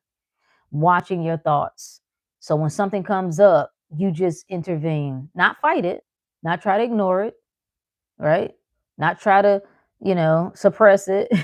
No, I see you, I hear you. It's a no. No, that's not true for me. You know this ain't gonna work out. You know you should have started sooner. You don't have no help, and you step right in. You step right in and you say, no, that's not true for me. I always got help. I am the help. You understand me? I'm the Calvary. I'm all of this. I could never go without. I could never miss anything that I really need. If there's something that I need to assist me, I could never go without it. You have to step into these thoughts. You have to step in and say no. Watch, become a watcher. So part of the practice, I need to put together like a description of really the benefit, even though it says like 33 days when we do these resets, like really the benefit. You're becoming the watcher first. Half the time, you don't even know how you're thinking. You don't even know where your mind is going. You don't even know the thoughts you're entertaining. You don't know where your imagination is going because you're unaware. You're so caught up in your day to day. You're so caught up in if you got pain in your body, that can be the distracting thing. If you have anything that you're suffering through, that becomes a focal point. So you don't know where your mind is going. The first point of shifting that is I'm getting intentional about watching my own mind. I'm not mastering the world anymore in that sense of I need to know what they're doing. What are they up to now? They up to something. They too quiet. Did y'all see that? That's a distraction. I ain't got time for that. Got time to prioritize that, okay? Prioritizing my own mind. Where is my mind right now? What am I thinking right now? What am I entertaining right now? Ooh, ooh, that Brooke dropping the game right now. So she said, After the negative thoughts come up, right? She just say, this belongs to the old mind. There's nothing to fix. You must parent your thoughts. They're your children. She says, then I drop it and practice that is done. Wow. Wow. If somebody can catch that, game changer. I bathe in opulence. My hair is luxurious and healthy. This is how you talk to yourself. This is how you talk to yourself. You have to talk to your hair. You have to talk to every part of you. I know I'm going to tell you one thing that I did that helped my hair fall out. I didn't know at the time. You know what I did? I complained about it all the time. I talked about how it was too thick. It was too much work. Don't make no sense. I got to do my hair. I despised it. So if I get what I want, then what does that say to my hair? We're going to eliminate ourselves as a problem. Because if it just start falling out, then you ain't got to worry about it being too thin, too thick. Now it'll be too thin. Huh? If you ain't got as much, then you got to worry about doing it, do you? And I was like, oh, no. I'm not gonna treat you like you're an inconvenience to me. I'm not gonna treat you like you're a problem. Not if it's something that I want in my life. And this is how you have to pursue, or you have to treat the idea of even relationships and love. If it's an inconvenience for you, if all you can say about a woman is all the ways that she's a problem, she take up all your time, she wants too much attention, then you don't need one. It's okay. It's okay. Same thing. If the man, oh, he need too much, he wants you to do this and this is that, then you don't need one. If it's so much of a problem, why are you stating that what you want is a problem? Because energetically, you're saying to yourself, make sure that I don't experience this. Why? Because I don't like problems. And I'm saying this is a problem. Okay, cool. Got it. My body is perfect. Eyes sparkling white. Money is secure and abundant. Yes. Yes. What's up with you, Ray? You've been really consistent with the videos. I appreciate that. Thank you, my friend. Hey, Kristen. Kristen said, being a part of the group is changing my mind. Shout out to Kristen. Kristen is in the group, and we've been rolling this. So once you sign up, we're doing these rounds all year, just cycling into another 33 days. So Kristen's in the group. She says, being a part of the group is changing my mind, therefore my life. I'm not even the same person anymore. Facts. You can't be. There's no way you're going to be in the midst of this type of environment, this type of thinking, this type of practice and stay the same. It can't happen. Marionette too. You know what's so funny? You can't see this, but I have it written down. I literally was writing down like things that still to do, right? As far as the channel, and I still got it. I still got it. Rook said, this space has definitely made my life better. I can see this shift in myself. Let's go. Let's go. Shout out to y'all. Because you don't have to listen. You don't have to listen. I have people directly connected to me who don't listen. I have people who have access to me to some degree. They don't listen. You don't have to listen. Right? To listen and then to trust yourself, right? To trust yourself enough to listen to wise counsel. Shout out to you, and to follow through. Thank you, singing queen. Okay. Ain't no mountain high enough. I was about to say, I think that's an old school. Like, okay. Ooh, I want to hear that. I'm gonna play that tonight. Thank you. Thank you for that. Hey Jab, what's up with you, goddess? Just got here. How much have I missed? Just a little. Just a little. We was talking about love and things, relationships. Her and Marvin Gaye collaborated a lot, but she has her own full greatest hits called the Essential Collection. Okay, I'm gonna check it out. That's my favorite. I've always loved old school. When I do that, I get free stuff. I love it. I love it. I love it. Ain't no way you're gonna be connected to me and not get what you want. Ain't no way you're gonna be connected to me and not live an exceptional life. It ain't no way. That's why I had to get more intentional about who I allow access to me, especially in a day-to-day basis, like in a real life setting. Now everybody can't get that close. Mm-mm. Mm-mm. That's why I like when people leave. I love it. I love when people decide, you know what, Rook, I can't get with it because you this or you that. I love it. I love it. I love it. You don't deserve it. You don't deserve what comes with it. I know what you I want you to know this. I want you to know what your presence and energy offers, what it gives to not only yourself, but to the world. When you know that, I promise you, you will never trip about anybody else for the rest of your life. Never. Not a friend, not a lover, business partner, nothing. You just be like, oh, all right, okay, okay, okay, all right, be blessed. Once you go in and work on it, it becomes self-referential. Yes, something doesn't work out, you start returning back to the old identity, blaming it, right? And it's the stories that we tell when we find ourselves drifting back. It's not even the drifting back that's the problem. Is oftentimes a person will go into this, oh my God, I thought I was over this now. I thought I had transformed beyond this. What am I doing wrong? Why does this keep happening to me? Why is nothing getting better? Why does it get better and then it gets worse? Just spiraling, instead of this could never change anything. This cannot define who I am. I'm locked in. I'm locked in to who I am. I'm locked into the truth of who I am. Unshakable, unmovable. I can face anything in life and it still doesn't determine who I am. It can't. It just can't.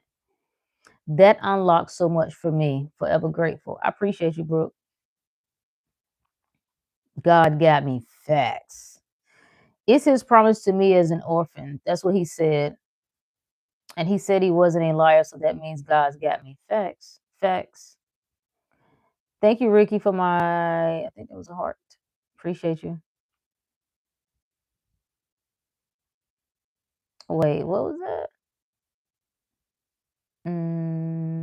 When you understand this, you understand there's never a need to check the 3D. And even if you do, right? Like, cause sometimes you just have a natural tendency to. I like to make everything I do right. So I'll tell myself, even if I do check it. So, so like I wanna face everything. Face anything that you feel like you don't need to face. Face anything that you feel like is a problem. Anything that you feel like is a threat. Anything that you feel like is a fear. Like turn right to it. Like, I see you, nigga. Okay? I see you. I'm looking at you. I see you. I see you. I see you appearing not to change. I see you appearing to be a problem. And I still know it ain't a problem. I'm still standing 10 toes down on what I said. I'm still sticking to my story, no matter what it looks like. Now what?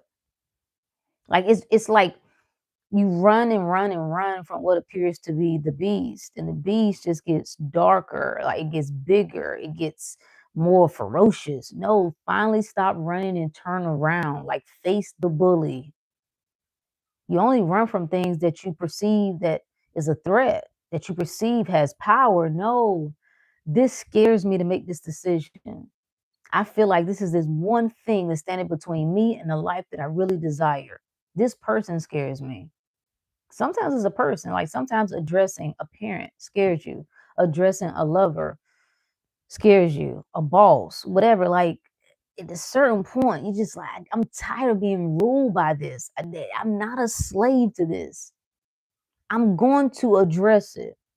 And maybe I'm still intentional about how I go out. I mean, how I go about it. I may not necessarily crash out in addressing it, but I'm going to address it finally for once and for all. And if it all goes to hell, if the person misinterprets me, if they see me in a different light, if they get angry, because I think sometimes we are avoiding addressing certain things because of the potential backlash, that we don't want to deal with the emotional instability of another person. So we want to address it. I used to do that. I thought I was like really good at conflict resolution. Like, nigga, you're not good at conflict. No, no, that's not, you just avoid. That's not being good at conflict, ma'am. Nah. Gerald said, I just seen a TikTok today about how hair is our connection to the ethereal realm. Yes. And it's a connection to our neural pathways. Yes. Now, when you say that, now think about how many people who are losing their hair. Men and women both. Young and old. It's not an old thing. It's people in their 20s losing their hair. Yeah. Then you have to decide. You have to decide whether or not that's the truth for you. That is it one and done.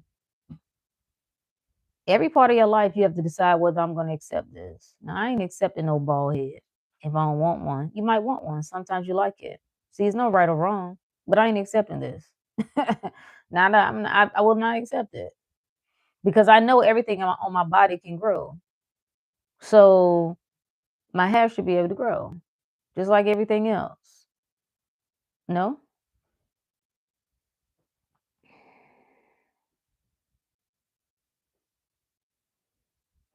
If it's done, what are you checking on?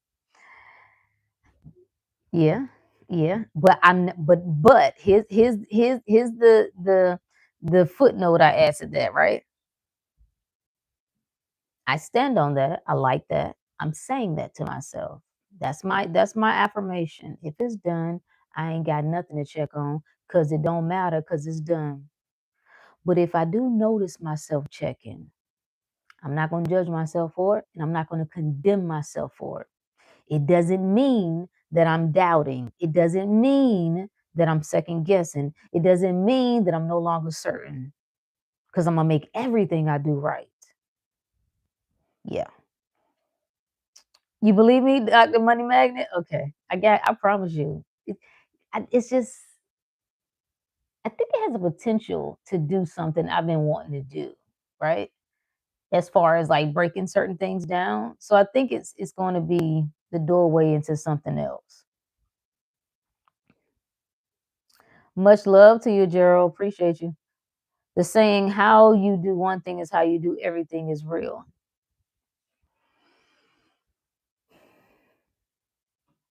Yeah. I go back and forth on that one. I get it. I mean, it makes sense. That's an interesting point, almost like incentivizing it. So if you check, it's like who is the identity of who's checking. I like that a lot. Yeah. Yeah, I'm going to stay. I'm gonna get clear on who I am and what is true for me. And I'm gonna stay there no matter what I do. No matter what I do. No matter what I do, no matter what I say. And I'm also not gonna take anybody else's ideas about things and make it true for me. So sometimes when you come online and you listen to different creators or different coaches and they say, well, and I've said it. I know I've said it. If you really was certain, if you really knew, you wouldn't have to believe. If you was really certain, um, you fill in the blanks. You don't let nobody knock you off your game. That's the rule of thumb. Not even me. You don't let nobody knock you off your game.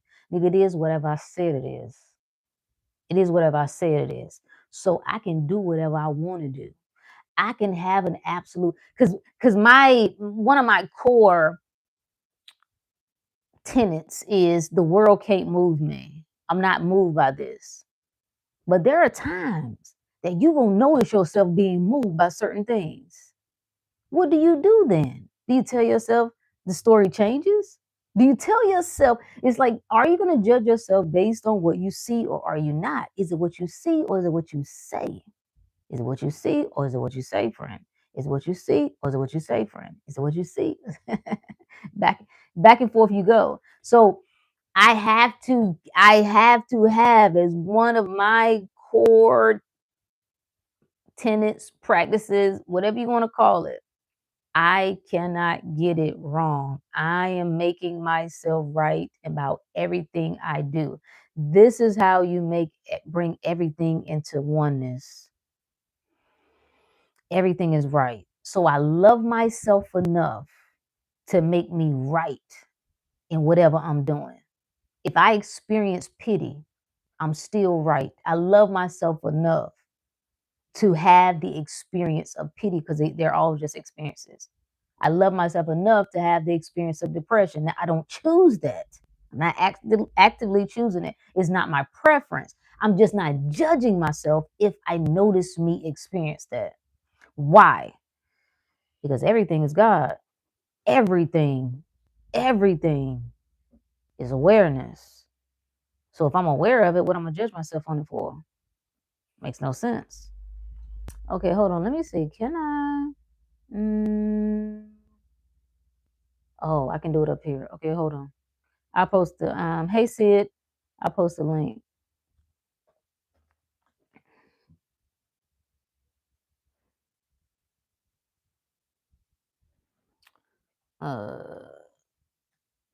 I wonder why you can't do it from over there. But that's okay. That's not a big deal. Oh, let's go here first. Okay.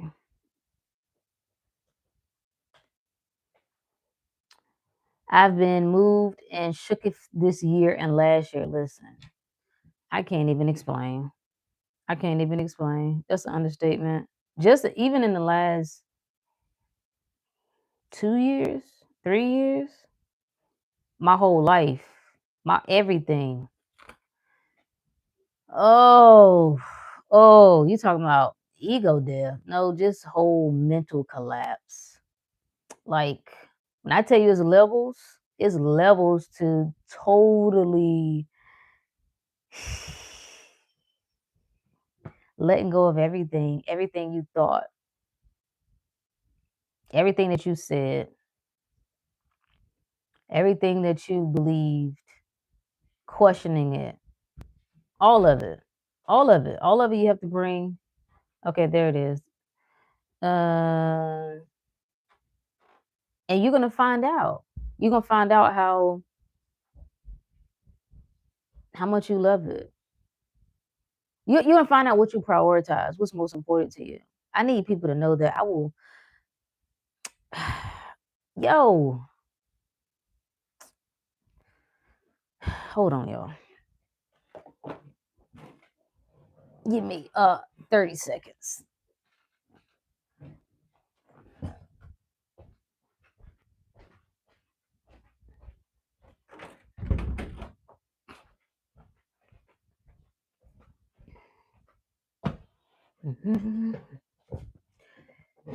Anyway,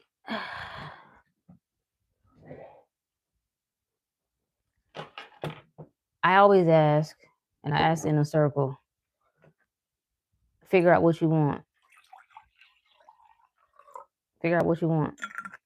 Figure out what's most important to you. Most important in anything. The truth is what's most important to me.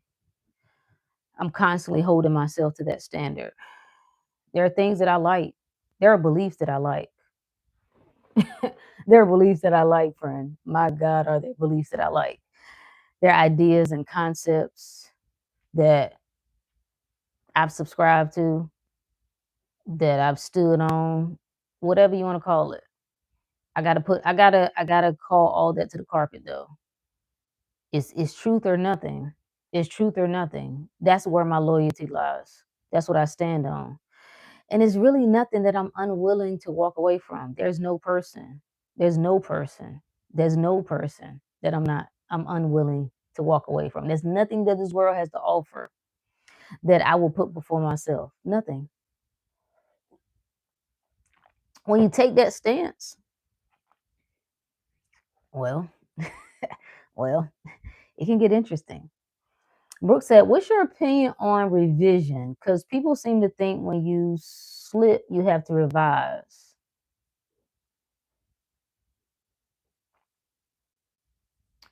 I think I think there are two ways to look at revision, right? This came up. Maybe it wasn't here. It might have been in the inner circle. There's two ways to look at revising. Some people look at revision through the lens that you're changing what you don't like, right? I don't look at it through that lens. I'm not trying to change anything because everything is, you really can't change what is. If everything is available, if everything is possible, if every scenario that you can think of exists, right? What is there to change? If every version of a person exists, I'm not trying to change them. I think some people feel like they have a moral conflict when it comes to even manifesting certain things. It's like, I don't want to impede on somebody else's free will. That's not what's happening. First is your reality, right? So they really don't have a say in your reality. It's multiple versions of them. You tapping in with the version that gives you what you want, that shows up for you, with you in the way that's important to you. So you're not doing anything to impede on their own free will in their reality. It has nothing to do with that. You determine your lens. You have to think about what the mind is, what the so-called ego is. It's your filter. Everything is available. This whole big thing available, right? I wish I could give a demonstration, right? Like all of world, all of this is available. You as an ego, you dial in on this part. Nope. Oh, you don't like that? Okay, you dial in on this part. No, you focus on this. And that's what you experience. Everything outside of your circle, you don't experience that. You decide to put your attention here, you experience that. You decide to put your attention here, you experience this version of a person. So why would I change? What is there to change? I'm not trying to change this. This is. I'm just putting my attention on this because this is what I want to experience. You see what I'm saying? So through that lens, I don't see. I be having like notes everywhere, and then I can't get to them. I don't see revision that way. My how I view revision is I'm just choosing my preference. I'm witnessing everything and I'm choosing my preference. So let's just say I wanted to hear something. I was waiting to hear back on an opportunity, right? And I get a phone call and it says I didn't get the opportunity, right? They chose somebody else. Revise that. I'm not trying to go back and make that phone call different than what it was. No, I stick to the outcome. The outcome is I get what I want. The opportunity, let's just say I'm focused on the opportunity. Like I wanted the opportunity. Like I really, really, this was the thing. All I do is I just don't accept it. I don't accept what they said. Like, oh, okay. Oh, really? Oh, okay, thank you. I'm just not reacting to that as the truth. I'm sticking to what I said. I said was everything was great. Everything went through. And people have had this happen. People have had, they went and interviewed for a job. They got a call. The call said, listen, we chose someone else. Or they got an email that said they chose someone else. And then they got a follow-up call that said that was a mistake. Actually, they during this period of time, after they saw the email, they just didn't accept it. It was like, no, that's mine. That opportunity is mine. I will not accept that. And then later they get a phone call saying, hey, upon further review, we want to do a follow-up, blah, blah, blah, blah, blah.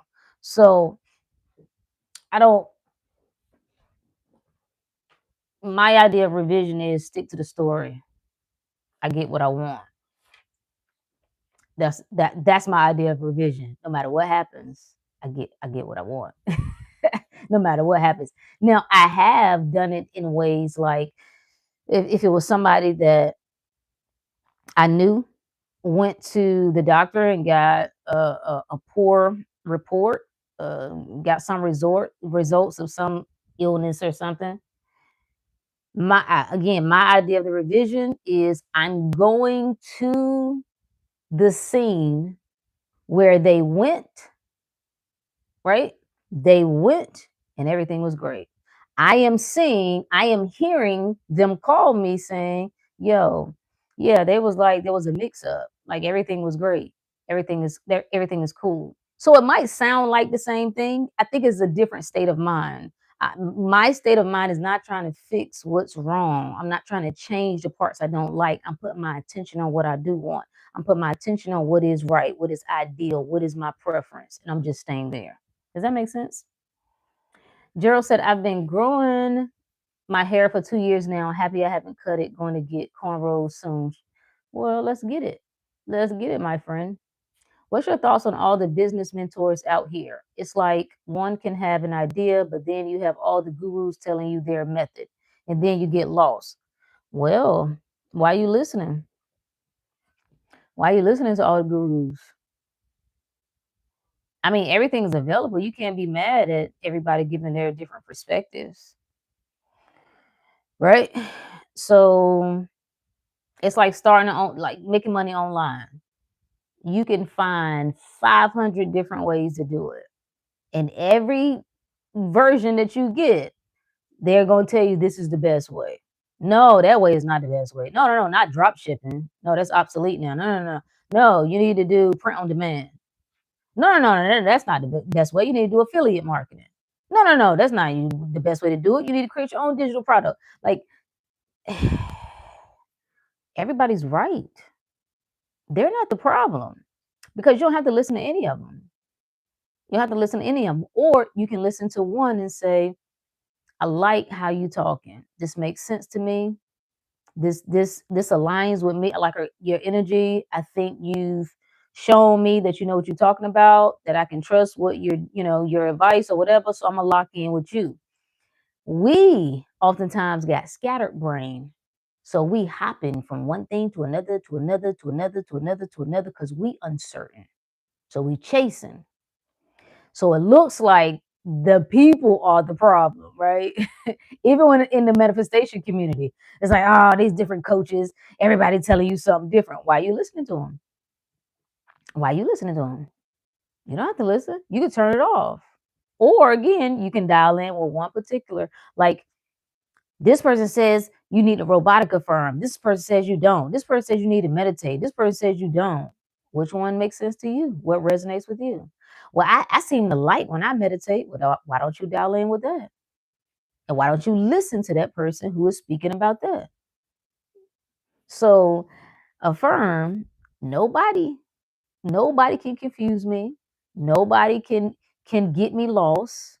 I'm always in control. I'm always the authority. I'm always the one choosing. I'm always the one deciding. I can turn anything off at any moment. I trust myself. I trust myself. Trust myself. I know how to vet. Okay. I know how to vet. I know how to decide what's the right thing for me, what's the right information for me. And I also know how and when to turn the world off and just say, you know what? Yeah, I'm gonna freestyle this. I'm gonna do what makes sense for me. I've heard enough. And I think sometimes that is the usefulness in it. You're collecting data. And it's like, oh, okay, that's interesting. Okay, their perspective is this. That's interesting. Their perspective is this. You consider all of that and then you decide what you want to do. Yeah, yeah. If there's different versions of events, there's no need to revise. Right. So, or now we can look at it a different, because I literally was thinking about this the other day. And I think I saved oh, I did. This is gonna be so good. Oh, these are the things that excite me, right? I have such a good time by myself. I really, really do. I was like, it's got to be, I need another word. I want to dive into the etymology of the word revision. So I looked it up. Revisio, that's the late Latin word, comes from that word. You know what it means? To see again. Don't mean to change. It means to see again. To look at or visit again. Look again. That's all this is. I have encountered something that I don't prefer, that I don't like. Let me look again. Instead of taking that as law, as fact, as final, as finished, look again. Let me look again. Oh, you know what I see? I see a great health report. You know what I see? I see a great loving person, right? They're showing me a side of their ass that I don't like, but I'm going to look again. I'm going to look again. That is not what I see.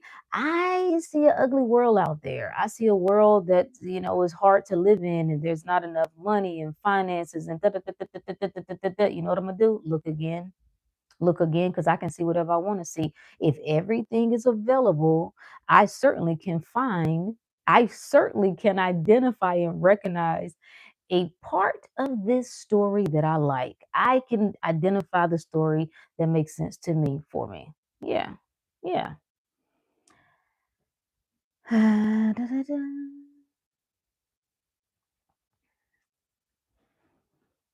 That's your idea of revision too? Yeah. Yeah. It feels like you get less kickback from the ego with that method. Yeah. Yeah. Because think about it. The mind is gonna try to make sense of. It's like somebody being sick, somebody being in an accident, somebody like all sorts of things. The mind is trying to make sense of. What do you mean? What do you mean that didn't happen? You did happen. You saw it. You saw it happen. It did happen. It is real. The doctor done told you it's getting worse. So now the mind starts to tussle. It's just like, no, I won't accept that. No. Yeah, you're not denying. That's the biggest did I do a video? I think one of the videos I did this week. Don't resist the evil. Whatever you resist persists. Don't resist the evil. the, you were told two things in the good book. In one instant, it says, resist the devil and he will flee. But then it says, resist not evil. And it's like, well, wait a minute now, what's the difference? Because obviously it's a difference. You use two different words. You could have just used the same word. The devil is the thought. It's the thought of pain, of illness, of lack, of abandonment, being unloved, fear, second guessing. Those are the devil thoughts. The evil is the physical manifestation of those thoughts. So it's saying to us, is no need to resist the evil because the evil is the effect. What you resist is the cause, is those stinky thoughts that you're entertaining. Aha. Aha. You have to plant different seeds. Oh, maybe I can do this. Plant different seeds. Plant different seeds. Okay. Uh, I'm not going to go back and relive the old scene and change it. I'm just going to put my attention on what I like. That's the best thing. That's the best thing you can do. You just put your attention on what you, instead of trying to figure out what's wrong with you, stop considering there's something wrong with you. Instead of trying to figure out whether you're doing something right or wrong, stop considering that you can get it wrong. Boom. Thank you, Sid. Appreciate you for my gift. Mm-mm. They said that in A Course of Miracles all the time. Choose again. Choose again. You know what? I was about to pull that lesson up because I had it highlighted. I love that lesson. Look again.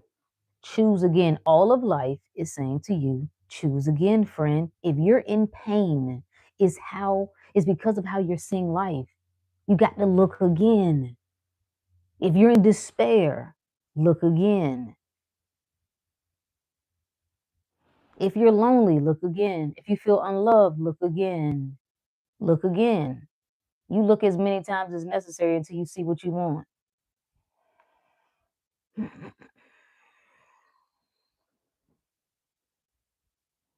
So what you're saying is just go the way that resonates with you and drop everything else. Boom.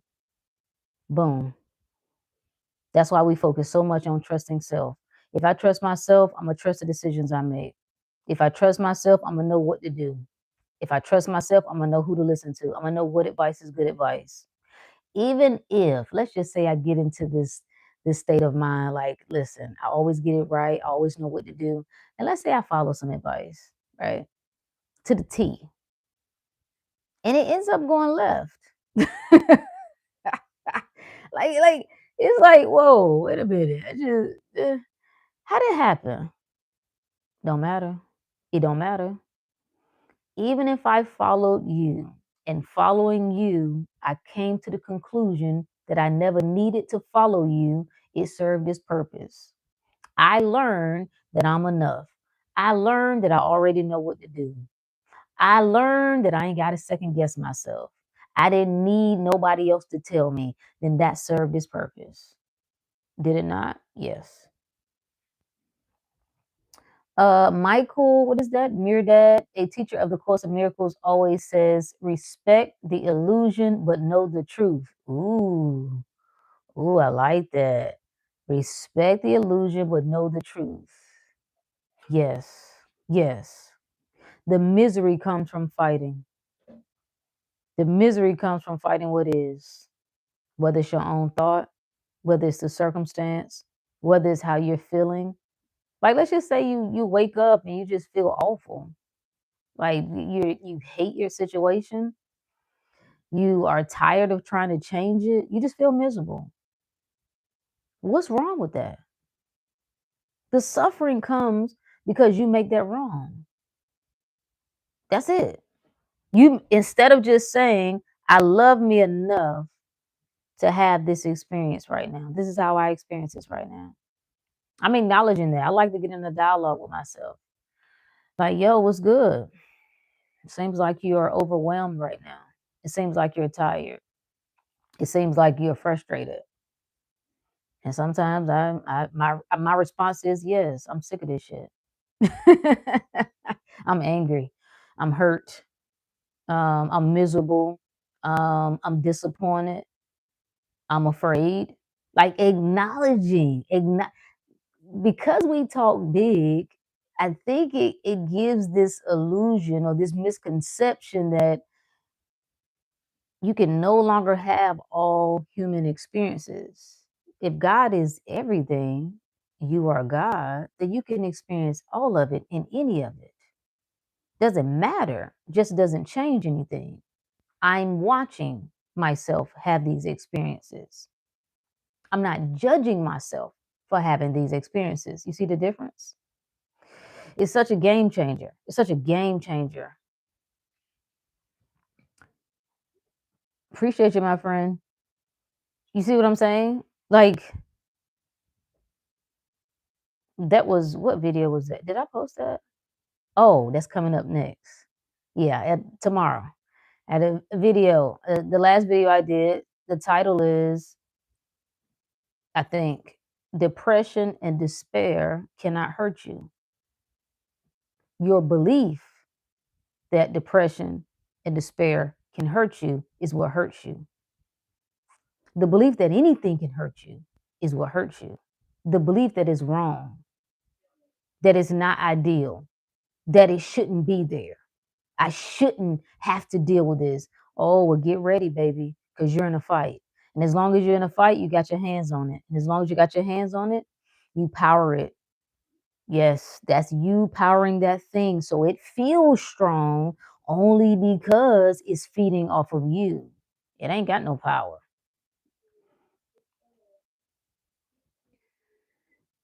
Come on in, friend. Yeah, hop on in. It's a good time. It's a good time.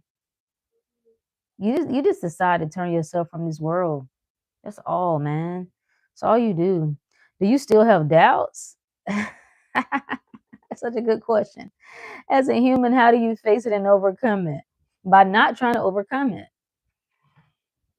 Yes, I have all human emotions. What I found is the more that I turn my attention and more I choose my preference, I notice it less. I have that, but I have all the things. Uncertainty, fatigue, fear. Yes, yes. Even to this day, yes, I can experience all of that. I don't try to overcome it. I just face it. for what it and let it be what it is. That's how I quote unquote overcome it, by not trying to overcome it. I make it right. Like even when you set out to do new things, right? You're gonna feel that. The body, this is something different. You know what new means? It means untried. It means inexperienced. You're inexperienced in a thing. I'm not familiar with this. So the body is responding to what it's not familiar with. Why make that wrong? And doubt. We got to talk about the 12 disciples. We got to talk about the 12 disciples. This was Doubt and Thomas. The disciples all represent aspects of mind. You don't get rid of any of your disciples because doubt is useful. When the government come and say, hey, you just need to take this just because we say it. Don't worry, it's good and safe. You need to doubt that. So you don't throw away doubt. You need doubt, right? Sometimes you need fear. You need all of those, all of those, all of those. Judas, that's your own mind. It's an aspect of mind. Huh? You got to turn on your back on certain things. That's a useful skill to have.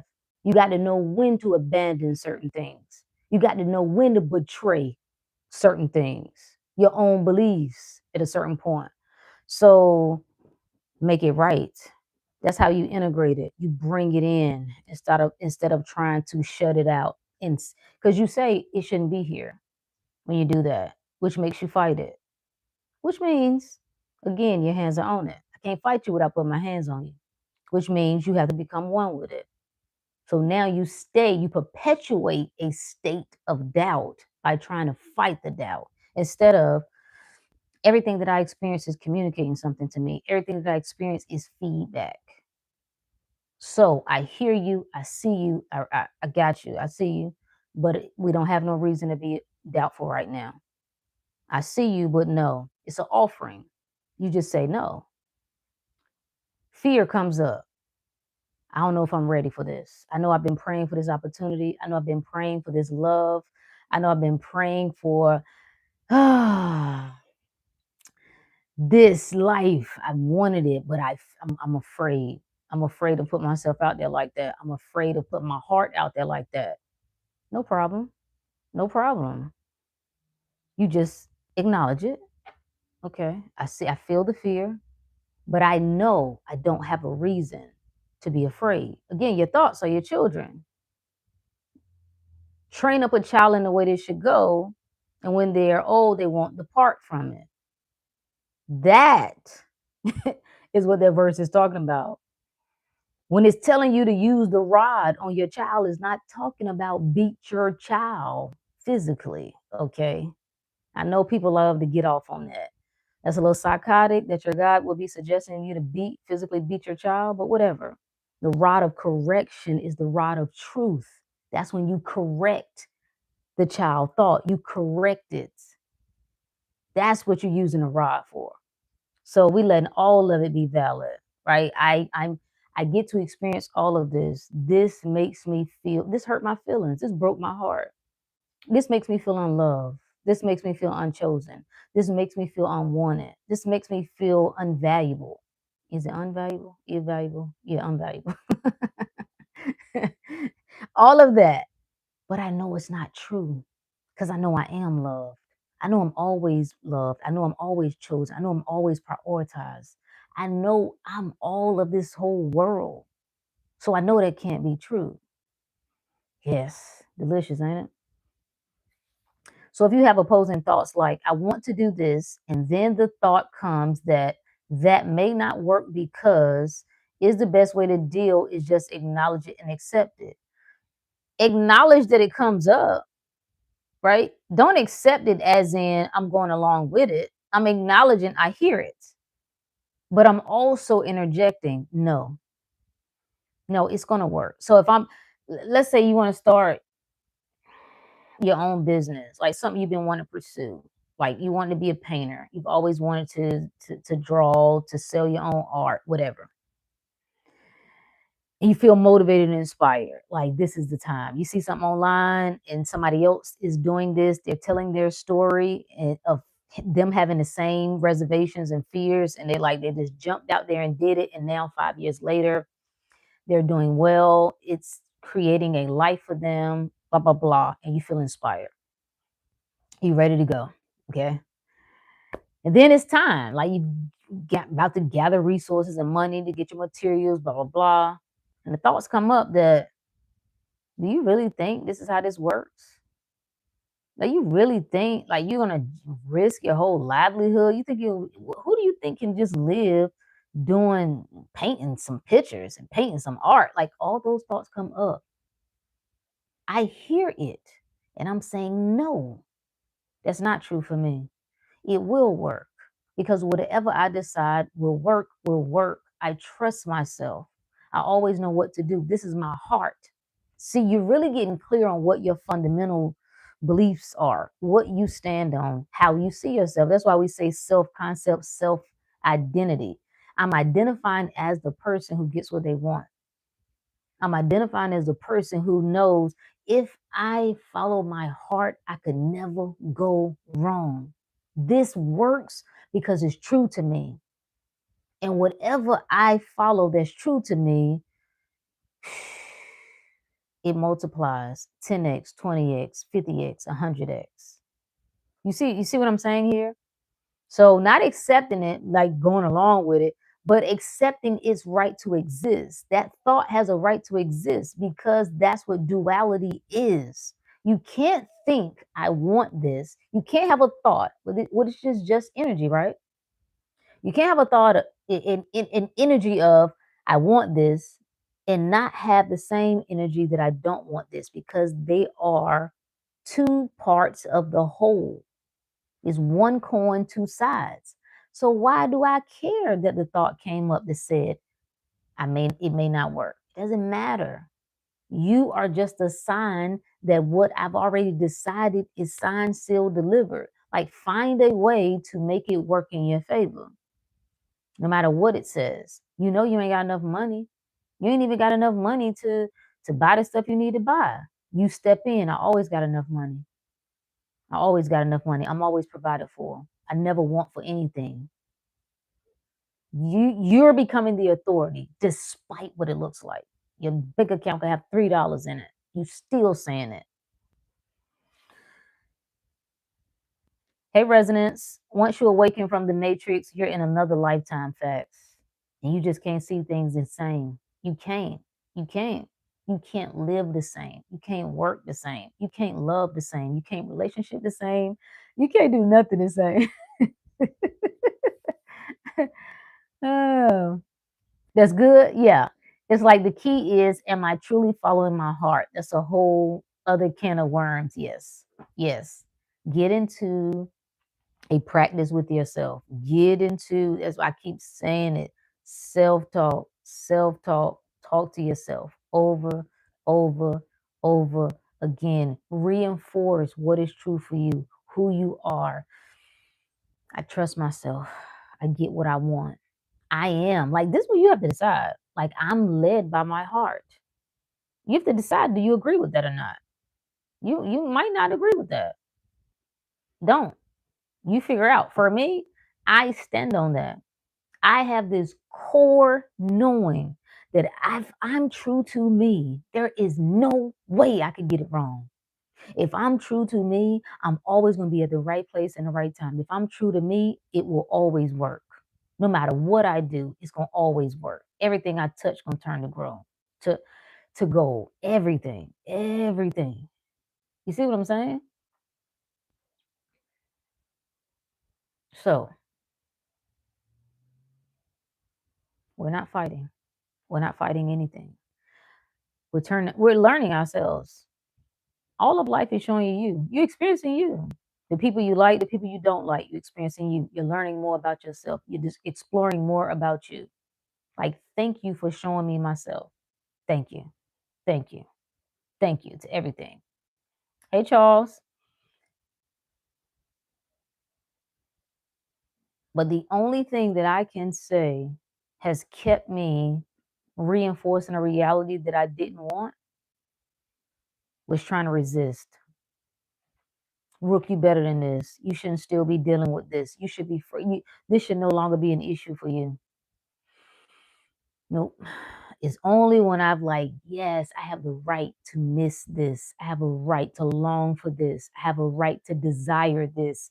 I have a right to want this. Bring it back to the whole point of this discussion was talking about love and whether the obsession with love is leading to the destruction of society and humanity and whatever, civilization, whatever. It's so be it.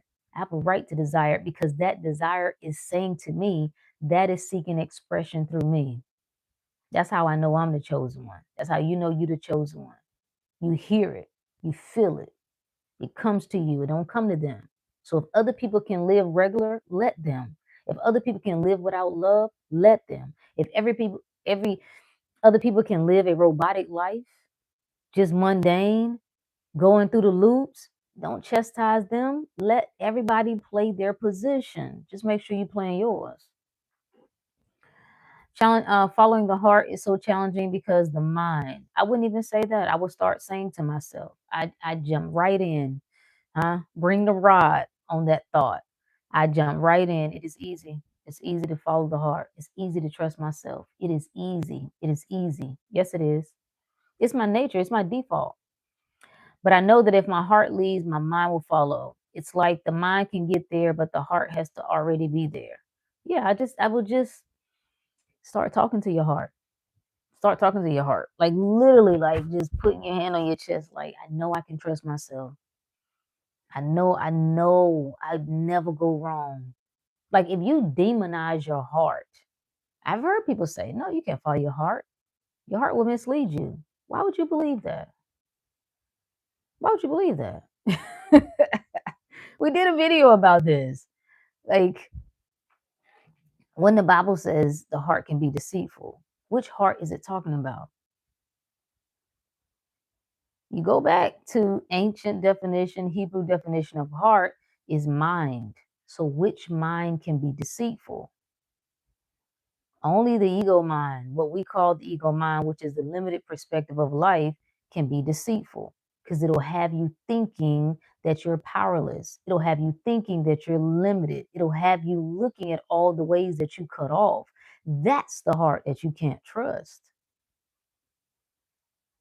But the center of you, the Christ mind, the Christ heart, the Christ consciousness that knows, that sees you through the lens of perfection, all power, all knowing, that's what you trust, friend. That's what you trust. No apologies. No apologies needed, my friend. No apologies. It's all good. This is good. This was a good topic, by the way, because it's a great question. Trust me, other people have the same question. Because it's a big point of contention. Like, what do I do with the parts of me that I don't like, with the thoughts I don't like? Do I resist it? Do I ignore it? Do I try to change it? Do I try to fix it? Move beyond matter. Move beyond the illusion that matter has any power. Just move beyond it all altogether. Come into the knowing that it's how I'm perceiving things. So if I step out of this thing, so called, and I'm like, you know what? I see that, but that's not the truth. This is all me. This is all me. Here's a neat little practice you can do. I promise you, works like a charm. Whenever your mind starts to be spiraling out of control and all thoughts that you don't want, it's just right? You know how it gets sometimes. Take your eyes and turn them up as if you're looking in your head, right? Like just look kind of left and right and say to yourself, where are these thoughts coming from? And I promise you, everything goes still. I promise you, I promise you, everything goes still. And it just shows you what conscious awareness does. It turns the light on. The roaches got to scatter once you turn the light on. Like, where are these thoughts really coming from? You go to looking, and everything just goes still. that I'm not fighting. I don't have to fight thought. I'm a receiver. That's what the mind is. It's picking up things. I'm the one determining how to define what I pick up. If I make anything evil, if I make anything problematic, if I make anything an enemy to me, man, then that's what it becomes. If I make everything right, no way can I lose. Nothing can come against me. Nothing is a hindrance. Nothing is blocking me. Nothing is delaying me. Nobody can take anything from me. No one, no thing can deprive me. I move in harmony with life. My whole energy shifts just like that. Boom. How do you know when you're following your heart? How do you feel? Versus simply following something or doing something that someone else inspires you to do. That just because you do something that someone else inspires you to do doesn't mean you're not following your heart. You know what I mean? Well, one, I'm gonna always tell myself, right? Self-talk. I always know. I always know what to do, when to do. I can always trust myself. Always know when I'm making the right decisions and when I'm not. To me, following your heart is just a game of awareness. That's all it is. I'm aware of what I'm choosing and why I'm choosing it. That's me following my heart. When I'm not aware of what I'm doing or why I'm doing it, I'm not following my heart. I'm unaware. So I can come online. I'm a learner. I learn all sorts of things. I take in, I consider other people's perspectives. Again, I'm gathering data. I'm gathering data. And so let's just say somebody makes a recommendation for me, or not particularly to me, just in general, and I follow it. That's still me. Like I'm still following my heart because I'm now aware this makes sense to me. I resonate with this. Oh my God, yes. Okay, bet. I like that. And I run with it. So that's me. Even though someone else presented that to me, that's still me following my heart. Because everybody is you anyway, when you think about it. Okay, hold on. Let me turn that off.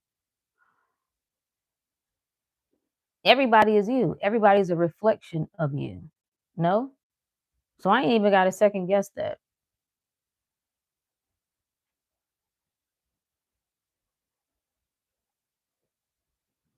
Yeah, trusting yourself, I promise you, is what brings. We can say it in many different ways, but it is really just I can trust myself. I can trust myself. You know what to do. You know what to do. You know what's right for you. You know what's not right for you. You know what makes sense to you.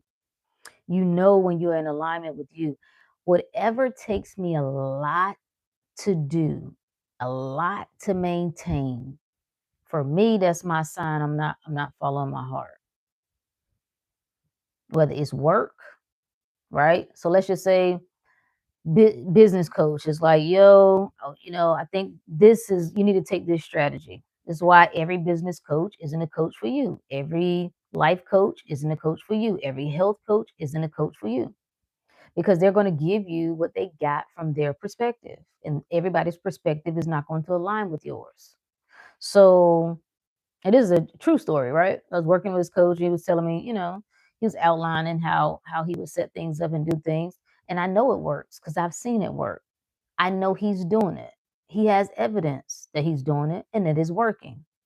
I just don't like it. I don't want to go about doing it that way. Now, I could follow it.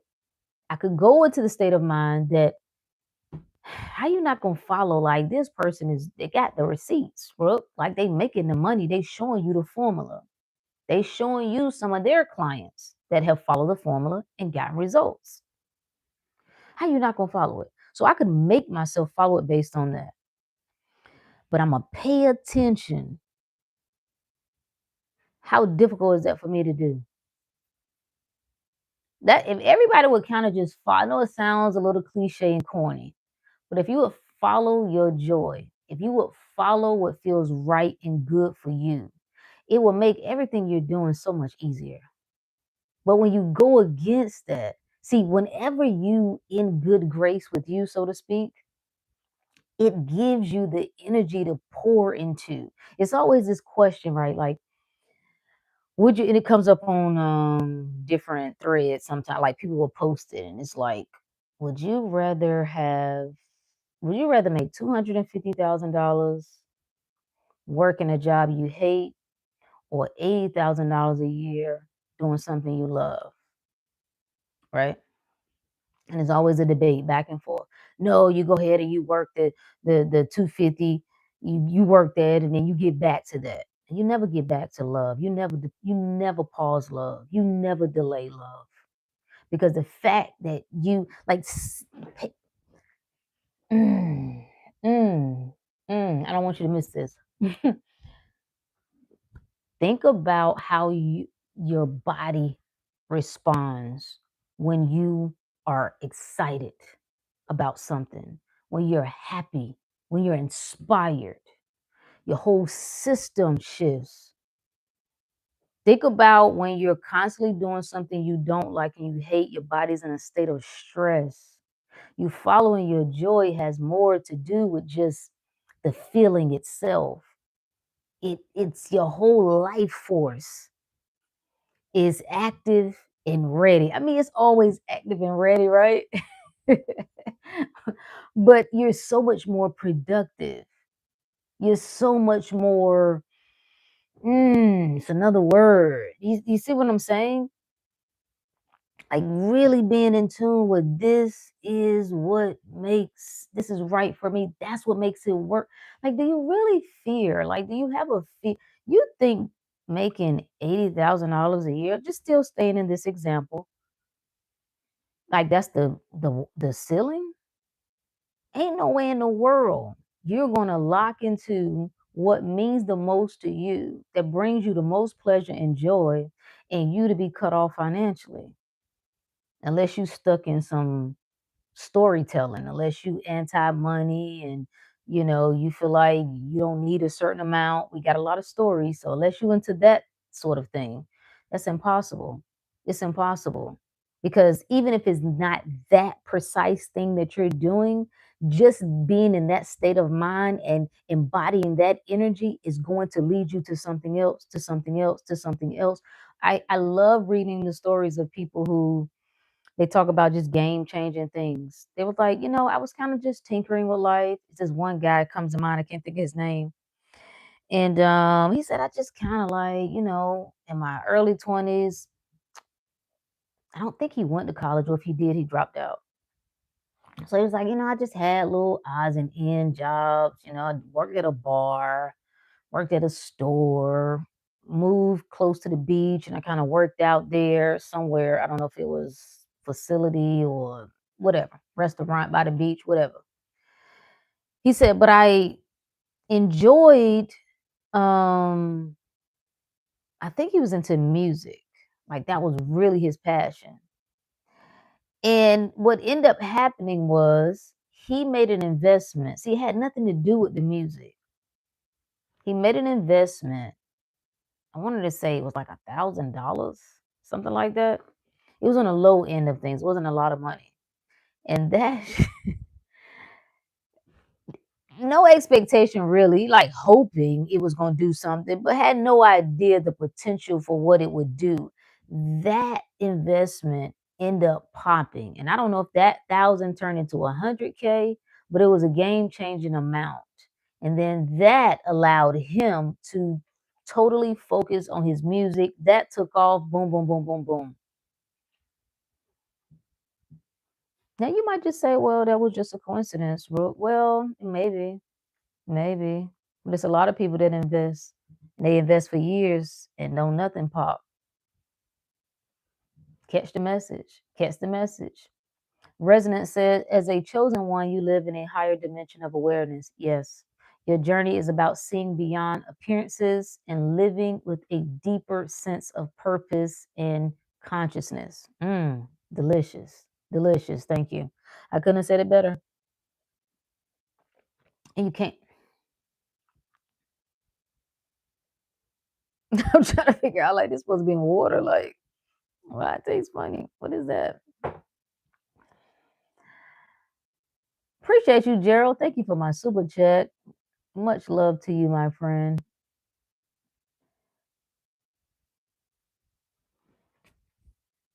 That's it. Yeah, it just clicked when you said that. How difficult would it be for me to do that regardless of the success and to follow my joy? Yep, that's the feeling I'm after. Yep, yep. So, there are going to be people who will give you advice and they're going to say, hell, even I probably would, old me would have said, ain't nobody got time for all that. Okay. You need to get to it. Life ain't got time for all that ha ha gee feeling good. That was so crazy. Yeah, and I did that. I followed that hustle hard, get to it, make some money, be successful, achieve the goals. I did it. I did. Did I see success from that? Yes. Did I make some money doing that? Yes. Did it almost kill me in the process? Yes. Yes. So I ain't saying don't do it. Do whatever you feel the need to do. You will be able to do whatever you're able to do. I had a choice to make: follow that path or realize my path is different. I can't follow that. Because I kept saying, right, like, even recently I've had somebody like, Brooke, what are you doing? Like, why you ain't getting none of this tech money? Like, your background is tech. Like, you could be cleaning house, bro. Why you ain't doing? And I'd be lying if I said I wasn't tempted. And I haven't been tempted, even within the past 3 years. I was going to pause this again, Project Rook again, and get back to it. I kept saying I'm going to get back. Like, go get that money, Rook. Go get the money and then come back. Then you'll be able to do X, Y, Z. Heart won't let me do that. And every time I try, that becomes so much harder. I got to trust myself. I got to trust my heart. I got to trust that me being right here, this the spot. Ain't no way in the world that I would abandon me. Ain't no way in the world I would let me go without. Ain't no way in the world I'm gonna be cut off by honoring myself, serving me first, then serving the world, so called, if that's what I want to do. I can't get it wrong that way. So you will know. Try everything that comes to, well, not everything, but you know what I mean? Like, try the things. Whatever you feel makes the most sense, go with it and see. You'll know if you can stay there or not. If you can be in a heartless relationship, you'll know. If you can quit, you'll know. Try it. Quit and see if you'll be okay there. I went through a period, let's see, I told this story before, let's see, 2000 and it was before 2020. So it's like 2017-ish, I'm thinking. I just got mad. I got mad. This was nothing but the mind, but I didn't know it at the time. I just was sick of everything. I had like a period, like a dry spell, so to speak, for almost 2 months. I know it's exactly. I know for sure it was at least a month, but it was somewhere in between a month and 2 months. I stopped doing everything. I was like, I'm not meditating. I'm not reading nothing. I ain't learning nothing. I'm just sick of it. And I just wallowed. And I allowed myself to wallow, to feel sorry for myself. I was just sick of everything and everybody. And I don't want nobody to change my mind about it. Don't try to make me feel better about it. Don't try to make me see it differently. I'm sick of it. And this is how I want to stay sick of it right here. And I did it. And I allowed, and I could literally, it was like I was watching myself wallow. And I just let myself do it. And I remember going again almost into the 2 month mark. And one day, my spirit was like, have you had enough? Have you had enough? You tired yet?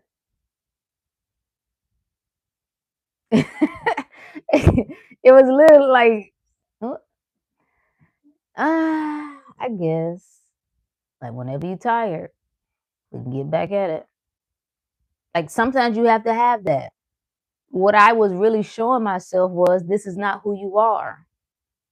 Your mind is playing tricks on you right now. Your mind got you all in a titsy right now. Your mind got you worked up. The mind is what's spiraling. That's what you're allowing to lead you right now. Fine, but that's not who you are. Because if it's who you are, you'd be able to continue to live like that. You can't. So are you done? Nick? Are you done with your little hissy fit, with your little tipple tantrum that you're having right now? You are? Okay, cool.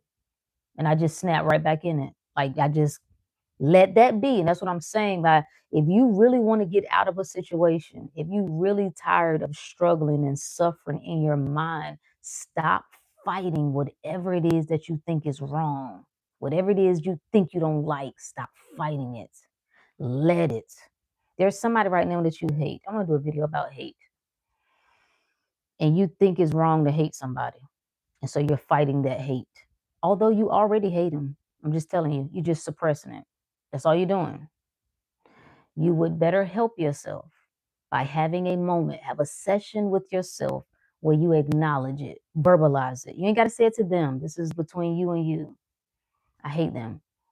I hate the way they treated me. I hate the way they handled me. I hate how they didn't show up for me, how they betrayed me. You, I'm giving you some game right here if you can catch it. If you would just acknowledge it for what it is, yes, say it, especially if you don't like the word hate. Because growing up, we couldn't say hate. That was like a bad word. So I remember I had to have one of these sessions with myself because I spent so much time of like avoiding, like, no, we can't hate something. Like, no, I don't want to say. Anytime I would talk, I would say, well, I won't use the word hate. I'll say dislike. And one day I had a hate session and I just went, I was like, I'm going to tell you what I hate. Yeah, that bitch there, I hate her. I hate her. I don't want to hate her, but I do. I do, and I'm going to tell you why. And I was just talking to myself. And I just started to just go back through all the things. I just finally faced it. I made me right in that. And then on its own after, I noticed it started to just dissolve on its own.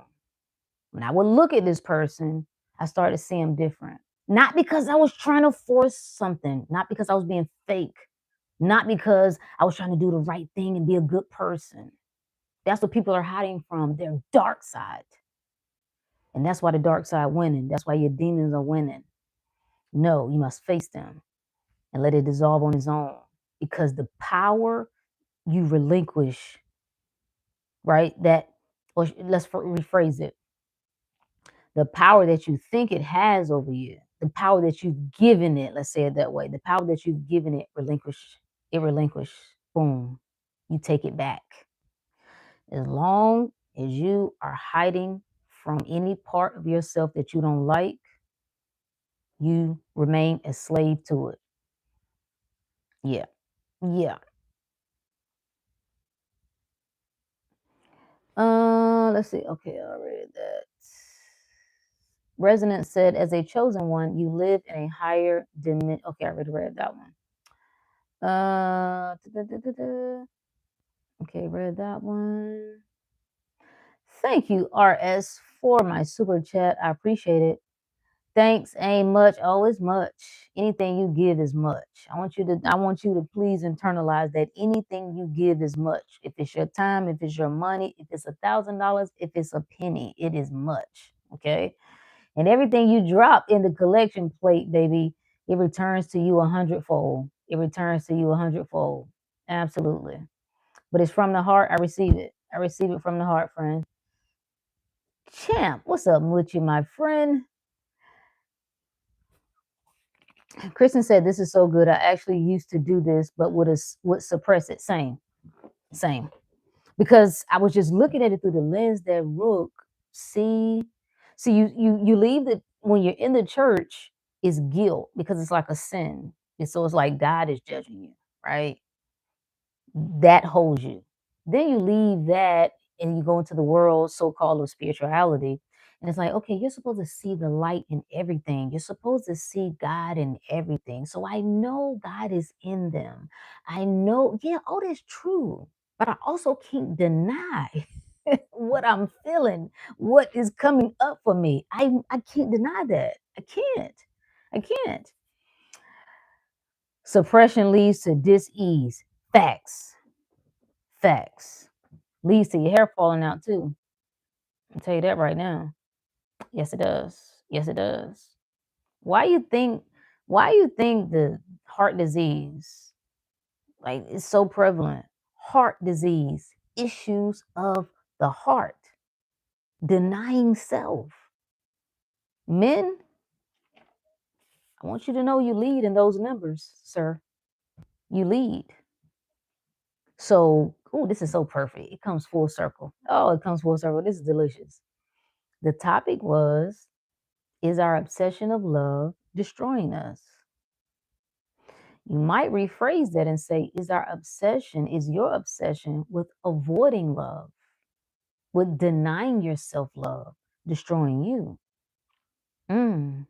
The main people, the main demographic who says women too much into the love stuff. They too much into the la la, fa la la la la, too much into the fairy tale.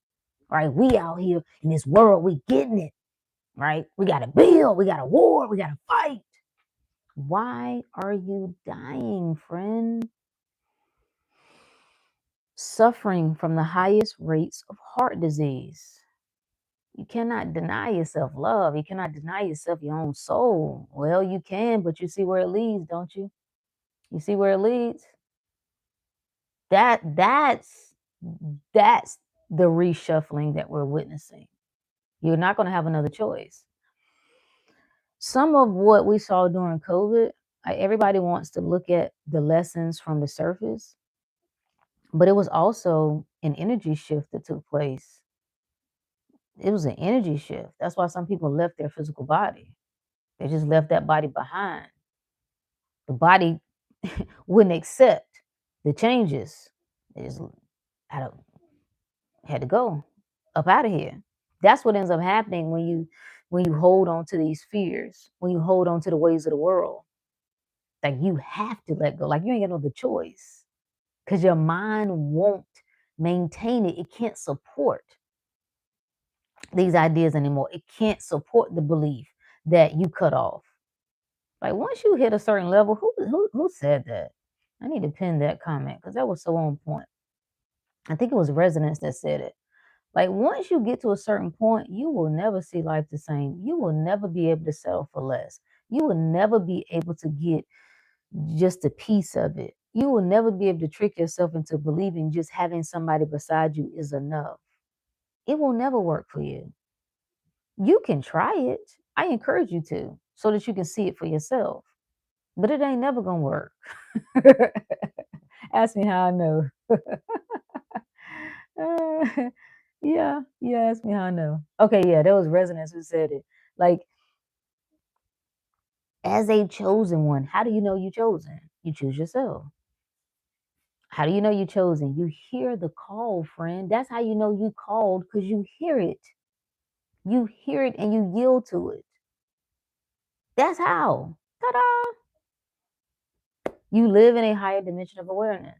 That's what they said. Your journey is about seeing beyond appearance and living with a deeper sense of purpose and consciousness. Are you really ready? Are you ready to live life without any barriers? Absolute free. Like just, you sure? You sure? Since COVID, energy been different? Yes. Yes. Also showed how quickly the mind can be reprogrammed. Facts. Facts.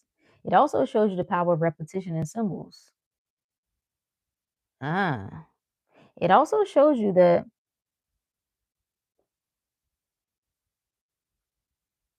fear, fear, fear, fear can cause even the most reasonable person to do all sorts of things. All yielding to the fear, I should say. Can never settle or be fake with yourself. You can. It'll drive you insane. Every time you look at yourself in the mirror, you'll get disgusted. Every time you wake up in the morning, you'll feel it in the pit of your stomach. Every time you tell yourself that I must honor these commitments because I made them, even though I no longer see life that way. It's going to make you sick to your stomach. Sick to your stomach. Indigestion. Think about all the digestive issues. Why do you think so many people have no people forget to make the connections between the physical body and the energy body? Why? Why are digestive issues so prevalent? That's what mine was. Severe digestive issues. Like it was jacked. I didn't understand. I didn't understand. What is digestion anyway? The ability to take in life. Huh? That's what you do when you eat, right? You're taking in life. You're taking in life, absorbing it, using it. An inability to take in life, to absorb it, and to use it. Mm, mm. Wow. Wow. Wow. Ricky said, yes, I will never discuss myself ever again. It's not an option. Yeah, never. And if you don't have a fear of loss, it's easy to do. If you don't have a fear of missing it, people end up settling because they have a fear of not getting what they want. So it's like even the video I did about the 80-20 rule. Why would I settle for 80? Why do I have to settle for anything? I know some people say, well, somebody has to settle. I agree. I just ain't somebody. There's always a mental causation for sickness. Facts. It's not just bad food. Facts. Hey, Karen, that COVID situation showed you things about people you never knew about them. Listen, it exposed human nature. That's what it really did. Yeah, it exposed human nature. It exposed our deepest fears. Because I'm not even gonna blame the government. I'm not gonna blame the system. I'm not because people should have been able to see through that. Huh? Like it exposed our lack of self-trust, self-knowing, our focus on a need for safety. See, if you knew you were already safe, if you knew you're already protected, if you know you already well, you don't need no outside person to provide that for you. Mm, mm. But when you live under a constant state of threat, then yes, you need a Calvary. You need a savior. See, it's still the religious mind. That's what we talked about last week. You can leave the church, but if you take the same mind with you, you approach life the same. It feels better, it feels different, it feels like you're doing life differently, but it's still the same.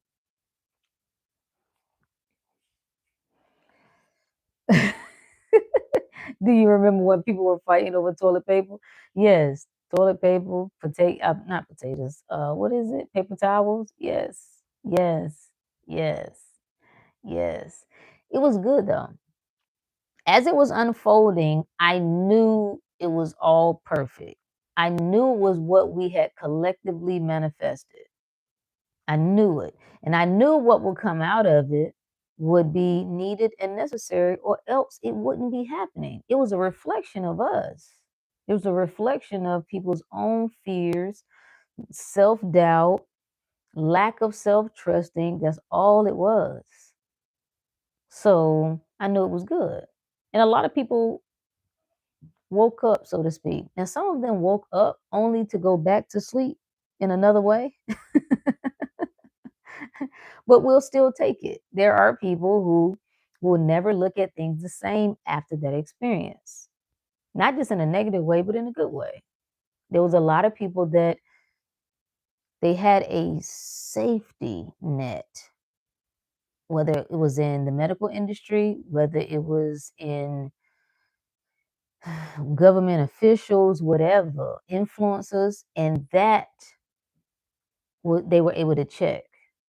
And they learned, I'm going to have to turn my attention to myself. I got to get serious. So I'm not mad at anybody that didn't know. Like sometimes we all go through periods where we don't know. Like, listen, I don't know what was going on. Like this shook me. This got my attention. If it got people's attention, then it served its purpose. To me, it showed me who was dysregulated through though they appeared to be highly functional in life. Yeah, definitely exposed. I expect my eyes was on. See, I'm never interested in what the average is doing because that's not who I talk to. I'm interested in the folks who say they different, say they understand how life works and how this game is played. So I was dialed in on the so-called spiritual folks. And when I saw them responding the same way as everybody else, I was like, oh wow. Oh wow. Okay. Interesting. Interesting how it changes. I'm a creator of my reality until there's a so-called pandemic.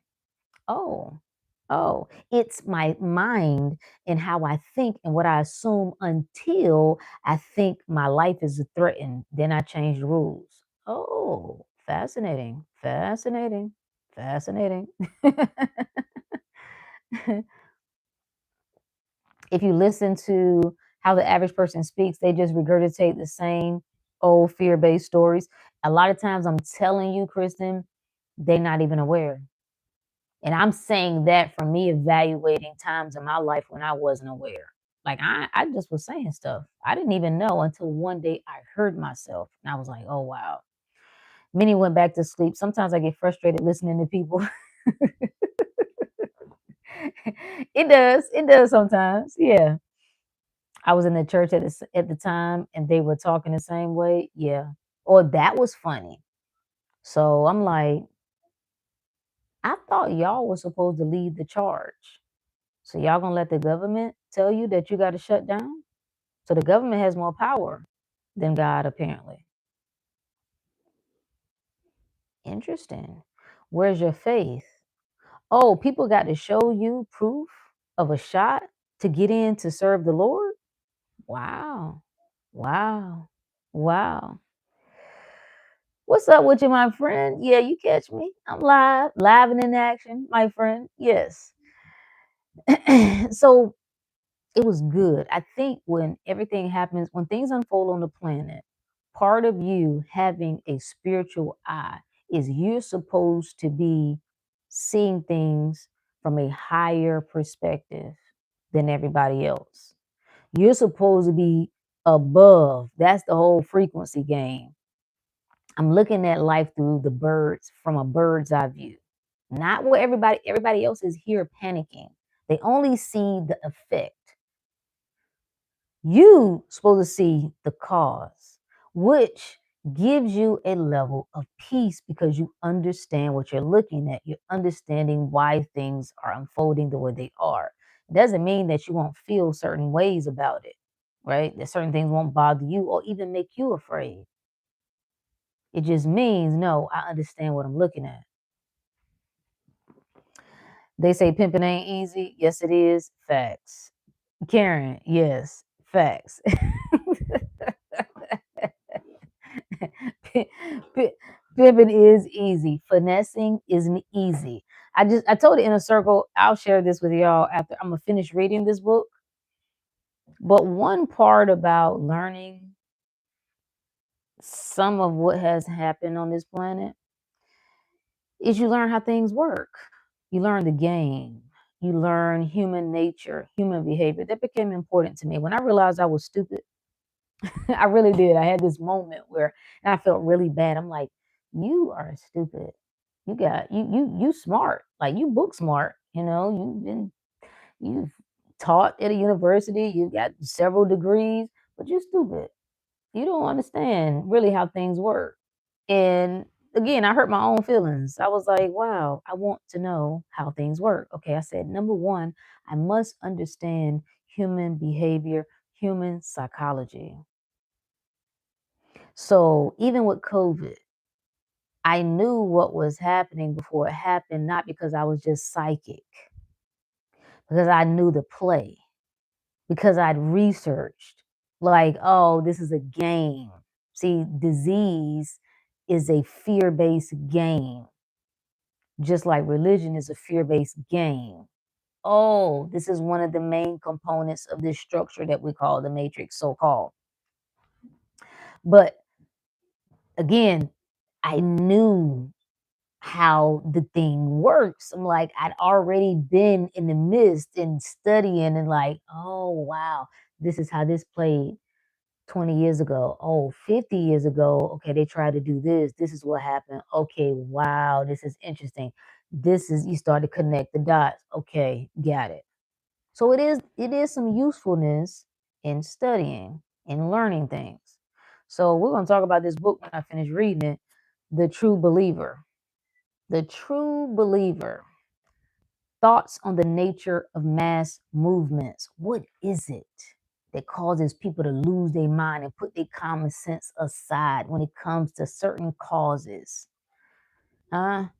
You got feminism, you got Black Lives Matter, you got Christian nationalists, you got all these. What is it? It's good to know. It's good to know so that you can recognize, are you getting lost in the sauce? And one thing particular that the book is talking about is how women are often the pawns. Women say they so smart, but there's nothing that can help your cause more than getting women behind it. And you appeal to a person's need for change and identity. hmm hmm That's where the ugly movement came from. The ugly, like body positivity, like you just as terrible as you want to look, be as big as you want to look. It's like, yes, yes, yeah, raw. I don't have to wash my ass if I don't want to. That man can't make me. I want to feel free. Why do you want to feel free? Yeah, even the desire for freedom comes from the perspective or the state of mind that I'm not already free, which means I'm often more likely to buy into what somebody else is selling. When somebody comes selling freedom, it's more easier for me to buy it if I don't know that I'm already free. Uh-huh. If somebody is selling health, it's more likely that I'm going to sign up for it, because I don't know I'm already healthy. I think I need something else. I need a shot. I need a pill. If somebody is selling love, see, this is the one thing you need right here. This is the one thing you need right here. All right. Ooh, okay, let me do that. It's interesting, ain't it? Sometimes you have to hurt your own feelings. Yes. Yes. Yeah. So smart, they stupid. Yes. Yes. And that's what I said to myself. I'm like, all right, Dad. You gotta have some of those so-called come to Jesus moments. Like, wait a minute, what are you doing? What are you talking about? Why are you talking like that? You don't even believe that. Why you say that? You know that's not true. And that's why I said sometimes people don't know, you're unaware. I got caught up in like you just following things and you listening to different perspectives and you listening to, whether it's radio and TV and podcasts and everybody giving an opinion, and you don't even know that you done adopted this perspective of how life works or how men are, how women are, that is not even in alignment with what you truly believe. And you just, one day I heard it. I responded to somebody about some stuff about women. And after I did it, I left and I got in the car and I was like, why'd you say that? You don't even believe that. I really wish I could remember what it was, like what exactly I said. I was like, why'd you say that? I had no answer. I don't know. So that told me something else is running. Something else is running in place of me. Like, whoa, okay. And it scared me. I got really quiet. Like I stopped talking as much on the phone. Like, what's wrong? You good? Like, no, I just, I'm chilling. I needed to get clear on who am I and what do I think? I can't be out here just saying stuff that I done got from somewhere else that I might not even believe in. No, I can't do that. Then you realize it's not your truest self talking. Facts. Facts. So our whole practice, like a true spiritual practice, is a game of awareness, making you more aware of yourself. If you practice meditation, You're not going to steal no mind. I don't know who came up with stealing the mind. You're not stealing the mind. You ain't going to do nothing to the mind. That's like trying to steal water. It's like, oh, let me get all the wrinkles out the water by rubbing it, by flattening it out. No, not stealing the mind. Becoming more aware. You become watching the mind. And as you watch it, you become less reactive to it. When you change your diet, when you detox and cleanse, you are becoming more aware of your body. You're becoming more aware of how you respond when you get what you want, when you don't get what you want. How you respond when you can't cover up feelings by eating certain things. All of this. When you sit in solitude, when you eliminate yourself from the world, what are you doing? Becoming more self aware. Who am I when I can't talk to somebody else? I mean, you can, but when I'm choosing not to. Who am I when I feel alone? When I feel isolated? When I don't feel loved? When I don't feel seen? What stories do I tell about that? That's the true spiritual practice, self awareness. Because the more I'm aware of me, the more I can get clear on who I am and what's true for me. So I become more aware. Ooh, oh, I see that. No, I'm like that. No, that's not my preference. No, that don't work for me. Ooh, what? Nah. Oh yes. Ooh, yes.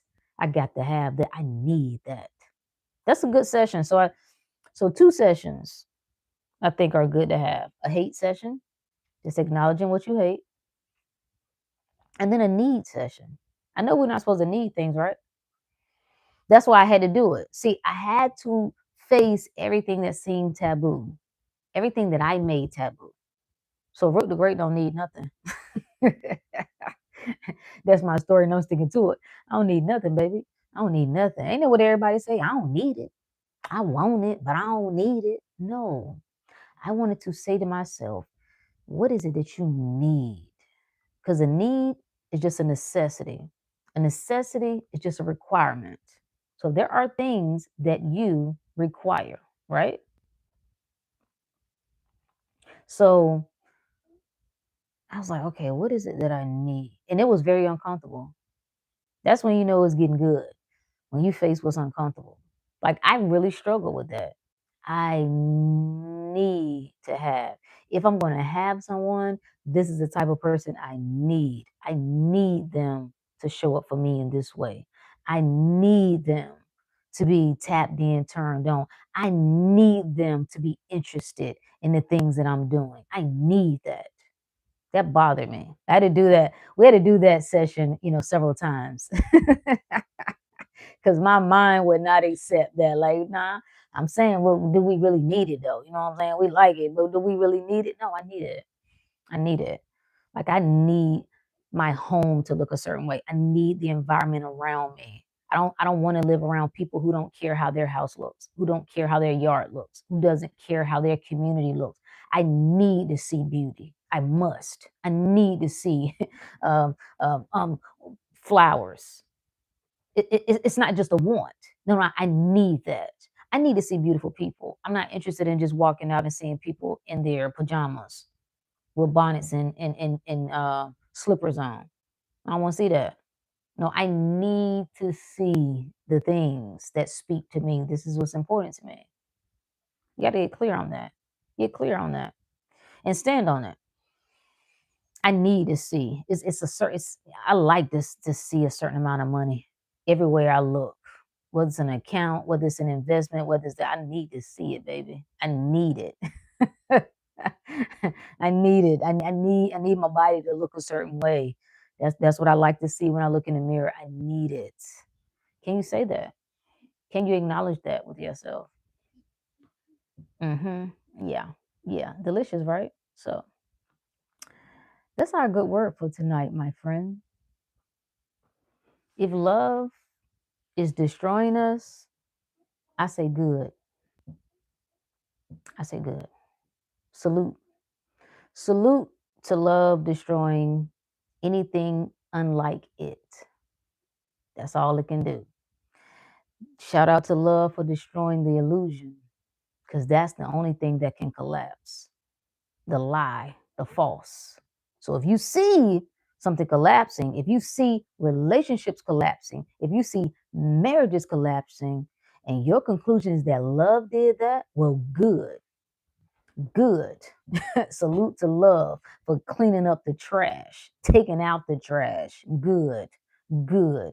We're going to show the kids, we're going to show the children a new way of doing things. So salute to love for that. We appreciate it. It's all good in the hood. Yes, yes, yes. That it's got to be right, y'all. If you see something coming down, it's got to be right. The truth stands. So you never seen the truth collapse. You're never seen the truth be destroyed. No, only the false can be destroyed. Isn't that what A Course in Miracles says? Oh, what does it say? What is the entry point? Um, nothing true, nothing real can be threatened. Nothing unreal exists. Herein lies the peace of God. That knowing that if something is destroyed, it's a false anything, false anyway. If something can be threatened, it ain't the truth. It ain't the truth. So any of these raggedy relationships that's being threatened, good. Let them collapse. I think that's the biggest issue. There is to be an issue is the fake and the phony. We've been being able to hide behind a structure of fake and phony, and it's coming down. Yes, that's what I'm here for. Boop, boop, boop, boop. Yes, yes, bring it down. Bring it down. The house of cards is collapsing. Medical industry collapsing. Church of religion collapsing. Hmm? The church of false relationships and false love collapsing. It ain't enough. Huh? Just being a body ain't enough. Your head ain't enough. Pause. It's the heart of it. That's what's happening. Full circle. Full circle moment is happening. Full circle moment is happening. Yeah, let it burn. Let it burn. Let it all burn. Let it all come down so that nothing is standing but the truth. So that nothing is standing but love. But love. So if that's the requirement, if listen to what that man said. Listen to what let me read it one more time. So just so we can close it out for anybody that didn't catch it. What started this whole discussion? Because I just want to dial in on what he said. And I know he meant it. He meant it. He meant it, what he said. He said, now dang it, did I lose it? Oh, I might have lost it.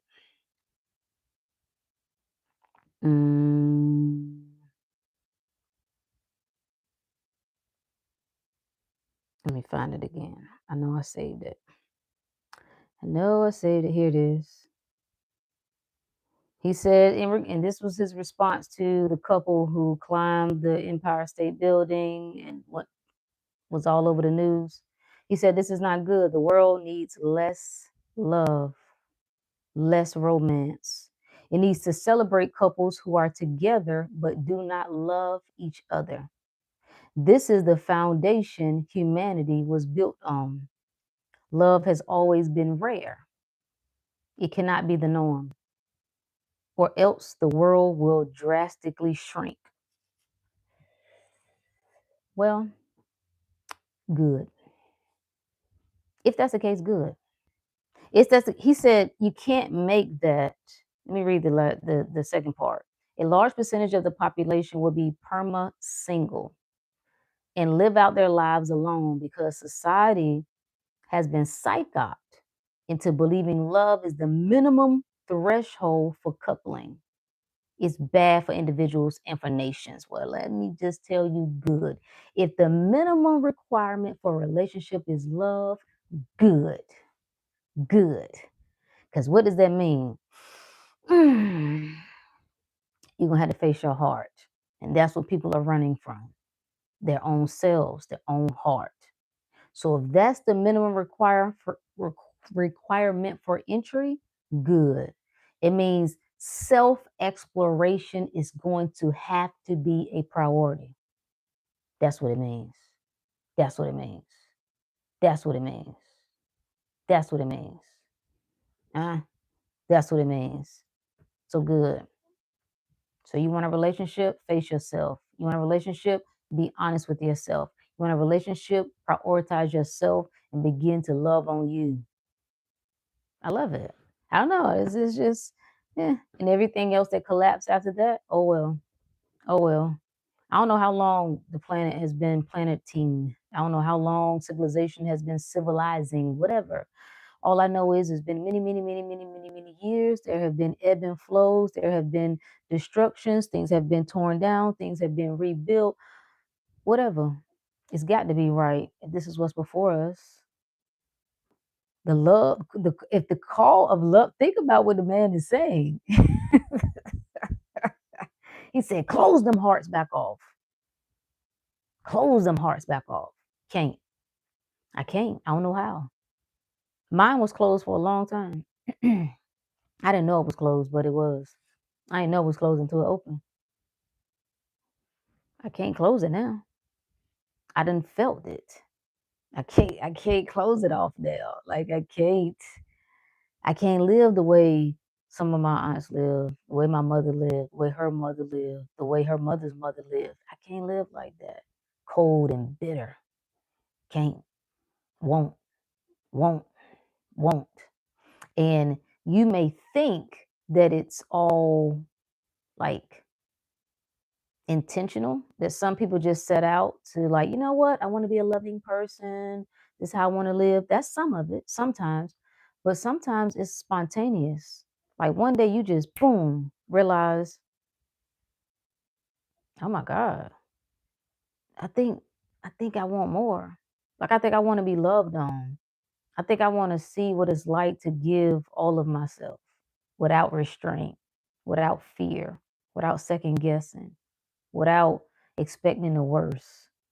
I think I think I I think I'd like to see what it would be like to experience me through another person. I think yeah. What do you do then? Try to get it, like, you try to numb that? Try it. Right now, I'ma close this. I already walked through that door and the door slammed shut and disappeared when I turned around. Listen, friend, we all know. I'm a close this shit. Listen, we all know. Everybody know when they need to close the door. The suffering comes because you know what to do and you won't do it. The suffering comes because you know the move you need to make, the thing you need to either step into, walk away from, choose, unchoose, and you won't do it. You won't do it. You won't do it. You make excuses. There's conversations that need to be had. You won't have them. Ask me how I know. Ask me how I know. Oh, I think what happened was I had grape juice at the bottom. That's why it tastes funny. Yeah, that's what it is. You have to do it. And it's going to drive you insane until you do it. It's going to drive you crazy until you do it. It still takes us back to the beginning, facing it. You have to face everything. And you know, once it slaps you in your face, I think there is a period of time where you don't know. Ooh, my phone about to go dead. There's a period of time where you don't know. You get like little, it's like little, you always take care of you. It's like you send you little small sprinkles, right? Of like glitter. It's like you trying to wake yourself up. You don't catch it though, oftentimes, because you're unaware. Maybe a little bit more, a few more nudges. You'll notice a few more things about something that you don't like. It'll start bothering you just a little bit more. It wasn't bothering you as much. It was very faint, but then it starts to bother you even more. You'll be able to look at it and go about your day, and then it'll start coming up for you more and more, more and more. This is you becoming more and more aware that this is an issue. This doesn't work for me. I must change this. I must make a decision. I must go left. I must go right. And I did that. This is why I understand sometimes when I years ago when I was asking for sight, I wanted the ability to see one and I wanted the ability to understand others. Well, friend, trust me, when you ask for that, you will experience things that will better help you do that. To better understand others, you have to better understand yourself. So I used to say, why is it that people don't do what they need to do? Why do people stay in places too long? Why don't they bust a move? Why don't blah, blah, blah, blah, blah? Until I found myself in the same scenario. And I didn't know. I didn't know. It was sprinkles. It's sprinkles of what about this? What about that? I don't know. Because the fear of the unknown, I think it is that when you're aware. You know what I'm saying? But I wasn't even aware. That's what it stemmed back to, but I wasn't aware that was what I was doing. When it came to my attention though, I was like, "Oh, wow. Yeah, I got to make a change now. Like right now I must make a change. Like I cannot live another day, another moment, another year like this. I must make a change expeditiously." Expeditiously. Um, and so what is it? What the takeaway here is just honoring all of your life experience, being a little bit more gentle with yourself. Like I didn't know. I feel like I should have known, but I didn't know. I just didn't know, bro. Like I just didn't know. I didn't catch it. I saw it, hindsight, like, ooh, remember when that happened? That was a sign. Remember when that happened? That was an indicator right there. Remember when that was happening? Like, remember you felt tension around this person? You knew early on that something was off, but you just ignored it. It is what it is. It is what it is. So,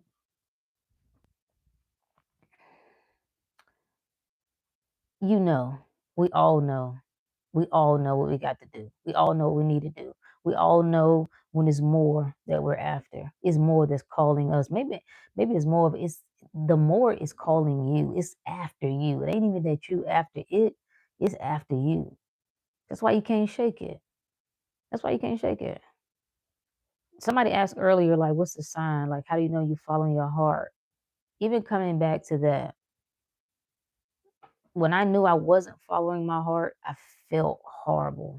When I finally knew, I felt miserable, like I was dragging through life. I was struggling to get through the days. I had no energy. I couldn't focus. I had list of things that I was working on and goals, and it felt like everything was getting further and further away from me. I was uninspired. Started to want to kind of lay around a lot more.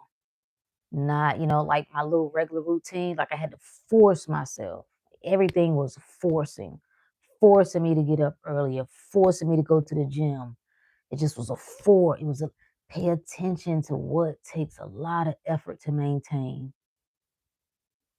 because it shouldn't be that hard, y'all. Like not when you're in the flow. You can't say life is flow and then say life should be hard. It doesn't make any sense unless you're going against. You're going against. And so I'm like, what is wrong with me? Like what is wrong? That's what shifted everything, right? January 2023. I was like, something's wrong.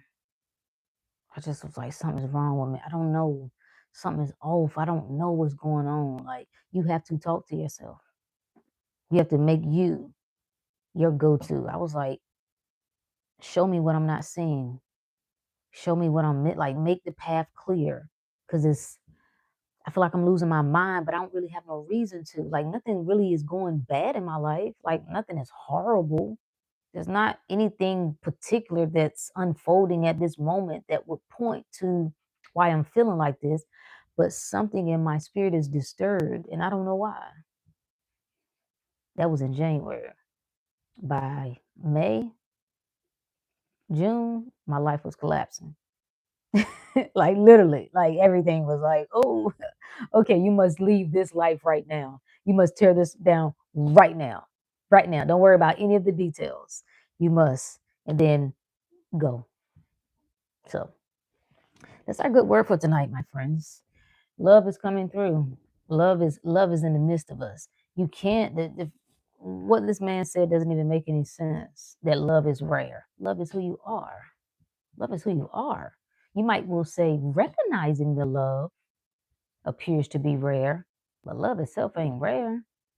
And that's what we're returning to home, the essence of who we are. So shout out to love for being on cleanup duty, cleaning up all the trash, all the junk, all the disorder. Because all the disorder is really order anyway. Like it's all one piece, one whole. Yeah, we are love. Yeah. I don't know how you're gonna live without. Why would you live without it? Why don't you want it? Well, love hurts. Love don't hurt. Mm-mm. What love exposes, what we say about what love exposes hurts. How we react to what love exposes is what hurts. Love ain't never hurt nobody. False. False. So, anyway, okay, I got 3%. I'm Rook the Great, my friends. I'm Rook the Great, baby. I'm I'm the baddest mofo you never met. You understand? I get what I want when I want it. I am love. I will forever be love. I will forever experience love. I will never cut myself off from the greatest of life. I'm the everything. I'm the sun and the moon, the up and the down, the light and the dark, the man and the woman, the God and the goddess. I'm all of it. I'm all of it. I can only get what I want. I'm always in control. I'm always the authority of my life. I'm never a slave of this reality of this world. Tapped in and turned on is the only sign, the only song that I sing. I never give up. I never turn back. I'd always put myself first. I always choose my heart. I know I could get never go wrong. Ooh, honoring my heart and soul. I could never get it wrong. I'm her. I know it. I've always been her. I thought I had to wait. I thought I needed to wait on divine time, and I thought I needed to wait my turn. I thought there was something delaying me. I thought people were the problem at one point. I thought certain things were standing in my way. I now know nothing was ever in my way. I'm the greatest, the most magnificent, the most electrifying, the most captivating. It is me. Who are you? Who are you? That's what you need to ask yourself. I need you to get in the mirror with you and get clear on who you are. Bar for bar, who are you? What you want? What you got to have? What you ain't gonna live without? What is it? What's true for you? Let everybody talk about. Somebody mentioned it's a lot of business mentors. There's a lot of everything out online in every field, every topic. Not your problem. Your attention, your focus is to put your attention on what you want. Put your attention on what aligns with who you are, what you want, where you're going, what's your preference. That's what you put your attention on. The rest of it, none of your business. None of your business. So that's our good word for tonight, my friend. Yes, you said it. Love doesn't hurt. That's cap. Stubbornness hurts. Yes. Lying to yourself hurts. When love comes through and you feel insecure, when you start telling stories of you not being worthy of love, which causes you to second guess a person, and now you see the worst in them, that's what hurts. Facing the things you've been running from, that sometimes hurts. Holding on to things that no longer serve you. Holding on. You really do, please understand, whatever's a lie is going to hurt. Whatever's a lie, when you say ain't no good people out here in the world, but you really desire a person, you're going to hurt. You're going to suffer in that because it's a lie.